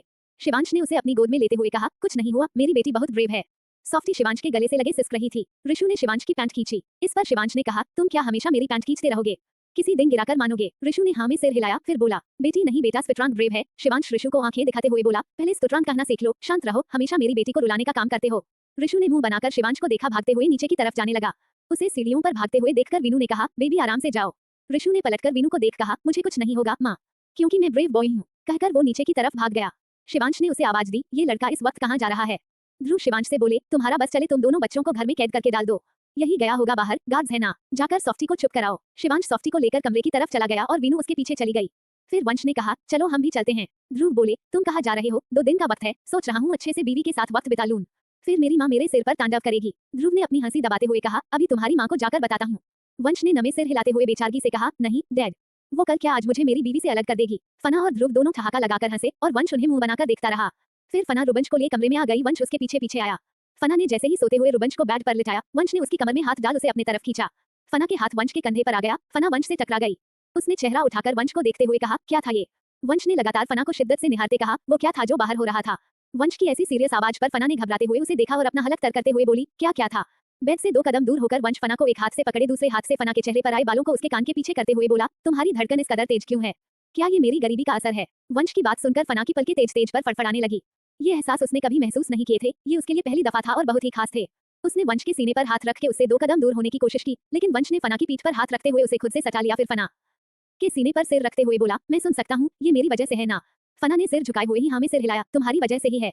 अब जान लिया, अब जाने दो मुझे। बोलकर फना जाने के लिए पलटी। वंश ने पीछे से उसकी कलाई पकड़ ली और घुमाकर फना को अपनी तरफ किया। फना की पीठ वंश के सीने से आ लगी। वंश ने फना के बिखरे बालों को एक कंधे पर करके उसके दूसरे कंधे पर चिन टिकाते हुए कहा, तुम्हें क्या लगता है इतने वक्त मुझे तड़पाने के बाद मैं तुम्हें ऐसे ही आसानी से छोड़ दूंगा? फना की आंखें हैरानी से बड़ी हुई। फना की सांसें तेज हो रही थी। वंश की करीबी उसके लिए नाकाबिले बर्दाश्त थी। फना का चेहरा तप रहा था। उसे वंश के होंठ अपने कंधे पर महसूस हुए थे। वैसे ही फना के कंधे से उसके गले तक किस करते हुए बोला, बहुत तड़प आया है तुमने मुझे, एक एक रात और एक एक तड़प का हिसाब लंगर, मैं तैयार रहना, अभी वक्त है। बोलते हुए उसने फना को बाइट किया। फना सिसक कर रह गई। उसने अपनी साड़ी को पल्लू मुट्ठी में भरते हुए कहा, रोमांच उठ जाएगा। वंश ने फना की जौ पर होंठ चलाते हुए कहा, तुम कोई आवाज मत करो, वो नहीं उठेगा। वंश की ऐसी हरकतें फना को सिहरने पर मजबूर कर रही थीं। अपनी आंखें बंद करते हुए उसने वंश के हाथ पर हाथ रखा। वंश ने फना को अपनी तरफ पलटा और उसके चेहरे को देखते हुए बोला, हर पल हर वक्त मैंने इस चेहरे को मिस किया है। तुम नहीं जानती, तुम्हारे दीदार के लिए, तुम्हारे एहसासों के लिए और तुम्हारे के लिए मैं कितना तड़पा हूँ। तब हिसाब देना होगा ना। फना बोलते हुए वंश की आंखों में जो जज्बात थे, फना में इतनी हिम्मत नहीं हो रही थी उन आंखों में देखने की। फना के लिए वंश की आंखों में जो एहसास थे, जो मोहब्बत फना को दिख रही थी, फना उस शिद्दत को बर्दाश्त नहीं कर पा रही थी। उसने वंश की नजरों की तपिश से बचने के लिए कहा, वंश जाने दो, मुझे काम है। वंश ने नामे सिर हिलाया, नहीं, ऐसे कैसे जाने दो? इतनी मुश्किल से तुम मेरे पास ठहरी हो, जरा वक्त बिताओ मेरे साथ। फना ने वंश को देखते हुए उसके चेहरे पर हाथ रखा, अब मैं सारी जिंदगी के लिए तुम्हारे ही पास हूँ। तुम्हारी ही आगोश मुझे सुकून देती है। फिर बोलते हुए फना छुप गई। वंश ने फना को अपने लब काटते हुए देख, वंश ने उसके दांतों से होठों को अलग करते हुए बोला, ये हक तुम्हें नहीं है, ये सिर्फ मेरा हक है। अभी तो मुझे तुम्हारे साथ बहुत कुछ करना है। ये सुनकर फना ने आंखें बड़ी करके वंश को देखा। फना की सांसें तेज हो गई थी। इस पर वंश ने नामे ही सिर हिलाया, कुछ गलत मत सोचो, मैं तो बहुत सारे एडवेंचर और। फना ने डरते दिल के साथ सवाल किया और वंश ने मुस्कुराहट के साथ कहा, और बहुत सारे प्यार की बात कर रहा था। फना के गाल शर्म से लाल हो गया। उसने वंश के सीने में सिर छुपाते हुए कहा, रहने दो, तुम अजीब बात कर रहे हो, पहले की तरह नहीं हो। वंश ने फना के पीठ पर हाथ रख उसे अपने और करीब करते हुए कहा, पहले की बात नहीं रह गई, अब बहुत कुछ बदल गया है। पहले तुम सिर्फ मोहब्बत थी, अब मोहब्बत के साथ बीवी भी बन गई हो। तब फना ने नाम ही सिर हिलाया। इस पर वंश हंसने लगा, बोला, ऐसे क्यों कर रही हो? फना ने चिढ़कर वंश को देखते हुए कहा, नहीं ना, क्यों कर रहे हो तुम? जानकर मुझे परेशान कर रहे हो। फना की एक्सप्रेशन देखकर वंश हंसने लगा। उसने कहा, अभी परेशान कहाँ किया है, अभी बहुत परेशान करना बाकी है। वंश ने नाम में सिर हिलाया, नहीं, ऐसे कैसे जाने दो, इतनी मुश्किल से जो तुम मेरे पास ठहरी हो। फना ने वंश को देखते हुए उसके चेहरे पर हाथ रखा, अब तो मैं सारी जिंदगी के लिए तुम्हारे ही पास हूँ। तुम्हारी ही आगोश मुझे सुकून देती है। बोलते हुए वो छुप गई। वंश ने फना को अपने लब काटते हुए देखा, तो फिर उसके दांतों से होठों को अलग करते हुए बोला, ये हक तुम्हें नहीं है, ये सिर्फ मेरा हक है। अभी तो मुझे तुम्हारे साथ बहुत कुछ करना है। ये सुनकर फना ने आंखें बड़ी करके वंश को घूरा। इस पर वंश ने नाम ही सिर हिलाया, कुछ गलत मत सोचो, मैं तो बहुत सारे एडवेंचर और। फना ने डरते दिल के साथ सवाल किया और वंश ने मुस्कुराहट के साथ और बहुत सारे प्यार की बात कर रहा था। फना का गाल शर्म से लाल हो गया। उसने वंश के सीने में सिर छुपाते हुए कहा, रहने दो, तुम अजीब बात कर रहे हो, पहले की तरह नहीं हो। वीनू सॉफ्टी को अपने सीने पर लिटा सुला रही थी। उसने सॉफ्टी पर चादर डालते हुए उसके माथे को चुम लिया, फिर सिर घुमाकर शिवांश को देखा, जो सोफे पर बैठे हुए उन दोनों को ही देख रहा था। सॉफ्टी बहुत डर गई थी और उसके दिल से इस डर को निकालने के लिए वीनू और शिवांश काफी देर तक उसके साथ खेले बातें की। आखिर सॉफ्टी उस हादसे को भूल गई। उसके बाद से सॉफ्टी के दिमाग से वो बात निकल गई थी। शिवांश ने एक यौन कर वीनू को देखा आकर बेड के पास खड़ा हो गया। वीनू ने शिवांश को देखते हुए कहा, क्या हुआ, आपको नींद आ रही है? सो जाइए, वैसे भी काफी काम कर चुके हैं और देर हो गई है। शिवांश ने हमें सिर हिलाया। रेखटक वीनू और सॉफ्टी को देख रहा था। वीनू ने एक आंख उठाकर शिवांश को देखते हुए कहा, क्या हुआ? शिवांश ने कहा, मुझे भी ऐसे ही सोना है। वीनू ने शिवांश के एक्सप्रेशन देखे जो इस वक्त बिल्कुल वैसे ही थे जैसे सॉफ्टी सोने को कहती थी तब उसके होते थे। शिवांश इस वक्त वीनू को बहुत प्यारा लग रहा था। अपने होठों को काटते हुए वीनू मुस्कुराहट छिपाने की कोशिश की, दूसरी तरफ इशारा करते हुए बोली, सो जाइए ना। शिवांश ने साफ इनकार किया। वीनू से बोला, मुझे भी ऐसे ही सोना है। वही बात फिर से सुनकर वीनू ने गहरी सांस ली। जानती थी शिवांश नहीं मानेगा। उसने एक हाथ बढ़ाकर शिवांश को आने का इशारा किया, खुद दूसरी तरफ को खिसक गई। शिवांश वीनू के पास लेट गया। उसने वीनू के पेट पर हाथ रखते हुए उसके सीने पर सिर रख लिया। वीनू ने उस पर भी चादर डालते हुए उसे देखा। शिवांश ने सिर उठाकर वीनू को उसके माथे पर किस करने का इशारा किया। वीनू ने हंसकर ये भी किया, मेरा प्यार बच्चा, कैसे बच्चों वाली इज्जत करते हैं। इस पर शिवांश ने कहा, कभी कभी तुम्हारे साथ बच्चा बनने में मजा आता है। कुछ कहती इससे पहले शिवांश ने वीनू के साथ कोजी होते हुए कहा, वैसे ही करो ना जैसे तुम करती हो। उसने वीनू हाथ पकड़कर अपने सिर पर रख दिया। वीनू धीरे धीरे शिवांश के बालों में उंगलियां घुमाने लगी। कुछ ही देर में शिवांश भी सो गया। वीनू ने सिर्फ घुमाकर ऋषि और वृद्ध को देखा। वो दोनों काफी वक्त से सो रहे थे। नाइट बल्ब ऑफ करते हुए वीनू ने अपनी आंखें बंद कर ली। कल से वंश की शादी की तैयारियां शुरू होने वाली थी। ये सब बहुत थकान भरा होने वाला था। अगले दिन पूरे पैलेस में चहल पहल थी। शिवांश खुद डेकोरेटर को इंस्ट्रक्शन दे रहा था, कहाँ क्या और कैसे होना है। वह आज लेट ऑफिस जाने वाला था। अनिका ज्वेलर्स के सामने वीनू को लेकर बैठी थी। दोनों बहुओं के लिए ज्वेलरी डिसाइड कर रही थी। वीनू 1 घंटे से वहीं बैठे बैठे थक गई थी। उसे कभी इन चीजों में इंटरेस्ट नहीं आता था। फना का इंटरेस्ट उससे भी कम था। वहीं ध्रुव की को गेस्ट लिस्ट दे दी गई थी। कुछ रस्मों के बाद बाकी की रस्में दूसरी जगह होने वाली थी। फना ने वीनू का हाथ पकड़कर खींचते हुए कहा, भाभी चलिए ना, ये सब कितना बोरिंग है। वीनू ने मुंह बनाते हुए कहा, बोरिंग तो है। इस पर अनिका ने उन दोनों को घूर कर कहा, एंगेजमेंट में जो तुम अपने ड्रेस के साथ ज्वेलरी पहनने वाली हो, उस ज्वेलरी को लो। कुछ भी बोरिंग नहीं है। लेडीज इतना इंटरेस्ट के साथ अपने पति का पैसा पानी की तरह बहाती है। मेरी दोनों बहुएं हैं, जितने बेटे कंजूस हैं उससे डबल बहुएं कंजूस मिली हैं। क्या ही तुम अपने पतियों के पैसे परेश करोगी? ध्रुव ने आते हुए कहा, मेरी बहुओं को बिगाड़ रही हो अन्नो। अनिका ने ध्रुव को देखते हुए कहा, ये बिगड़ने वालों में से नहीं है, इनके साथ रहकर बिगड़ा हुआ भी सुधर जाएगा। इस बात पर ध्रुव हंसने लगे। वीनू ने कहा, मम्मा एंगेजमेंट कल है, तब हम जाकर शॉपिंग कराएं। अनिका ने नामे सिर हिलाया, तुम्हारे पति ने किसी को भी घर से बाहर किसी चीज के लिए जाने को मना किया है। वीनू ने उठते हुए कहा, इन्होंने मना क्यों किया है? रात को कह रहे थे, अब अचानक क्या हो गया? वह शिवांश की तरफ चल दी। शिवांश ने फोन पॉकेट में रखते हुए पलटकर आभार को देखा जो शिवांश को उसके तरफ आने का इशारा कर रहा था। शिवांश ने अभय हाँ कहा। मैनेजर को काम करने का बोलता हुआ अभय के साथ चला गया। एक साथ आने पर अभय ने कहा, आधिराज रावत ने अपने आदमियों को घर के हर मेंबर के पीछे लगा दिया है। वो इतनी आसानी से हार मानने वाला नहीं है। शिवांश ने कहा, बस आज शाम तक की बात है, वो हार भी मानेगा और हार भी जाएगा। आज शाम तक किसी को कहीं नहीं जाने देना है, उसके बाद जो होगा वो हम देख लेंगे। आधिराज रावत से निपटेंगे और उसका अंजाम भी बहुत बुरा होने वाला है। इस बात का घर में किसी को पता नहीं चलना चाहिए, खासकर डैड शिवीबा को। तभी उसके कानों में वीनू की आवाज पड़ी, मुझे क्या पता नहीं चलना चाहिए। शिवांश ने आंखें भींचते हुए अपने सिर अपने माथे को 2 उंगलियों से रब करते हुए अभय को देखा। अभय बुदबुदाया, लग गई बात। कनक, हानि और सुहानी के साथ शॉपिंग पर आए थे। उन दोनों ने ही कनक के नाक में दम करके रखा था। हमेशा ही शिवाय के साथ आते थे और शिवाय आसानी से उन दोनों को हैंडल कर लेता था। लेकिन कनक के लिए ये बहुत मुश्किल होने वाला था। आज उसे पता चल रहा था कि शिवांश, ध्रुव कैसे उसके नखरों को झेलते थे। कनक ने सिर घुमाकर देखा। हानि और सुहानी देखा जमीन पर बैठे हुए अपने चेहरे पर हाथ रखे हुए प्यारी मासूम सी शक्ल के साथ कनक को देख रहे थे।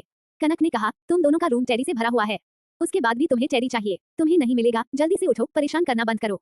सुहानी ने भरी आंखों से कनक को देखते हुए कहा, भाभी मैं आपकी शिकायत भाई से करूंगी। आप मुझे कुछ नहीं लेने दे रही है, बस कपड़े कपड़े कपड़े रखने की जगह भी नहीं है ना। कनक ने कमर पर हाथ रखते हुए इसे घूरते हुए कहा, मैं तुम्हारे भाई से डरती हूँ क्या? सुहानी ने कहा, ओह एक तो ये भी बात है, आप भाई से क्यों नहीं डरते? आपको डरना चाहिए था ना, जैसे माँ डरती है। कनक ने हंसते हुए कहा, अच्छा मैं तुम्हें वो छोटू वाला टेडी दिलाऊंगी, ये बड़े वाले नहीं। सुहानी ने नाम ही से सिर हिलाया। 6 फुट के टेडी को देखते हुए बोली, मुझे वही वाला चाहिए। वो देखो कितना ब्यूटीफुल है, मैं उसके साथ सोऊंगी। कनक ने उसे घूरते हुए कहा, नहीं सुहानी इतना बड़ा है, हम कैसे लेकर जाएंगे? हम अकेले आए हैं। मैनेजर ने आते हुए कहा, डोंट वरी मैम, हम आपको डिलीवर करवा देंगे। कनक ने घूरकर मैनेजर को देखा। मैनेजर सकपकाकर 2 कदम पीछे हो गया। सुहानी ने अपने चेहरे पर हाथ रखते हुए कहा, नहीं भाभी, मुझे वही वाला चाहिए। कनक उसे समझाते हुए थक गई थी। सुहानी ने रोते हुए कहा, आप जालिम। हानी ने सुहानी की करेक्ट करते हुए बोला, जालिम है जालिम। हानी, कनक गुर्राई। सुहानी ने अपने चेहरे पर हाथ रख रोना शुरू कर दिया। तभी सुहानी के सिर पर हाथ रखते हुए किसी ने कहा, व्हाट हैपेंड फ्रेंड, क्या चाहिए आपको?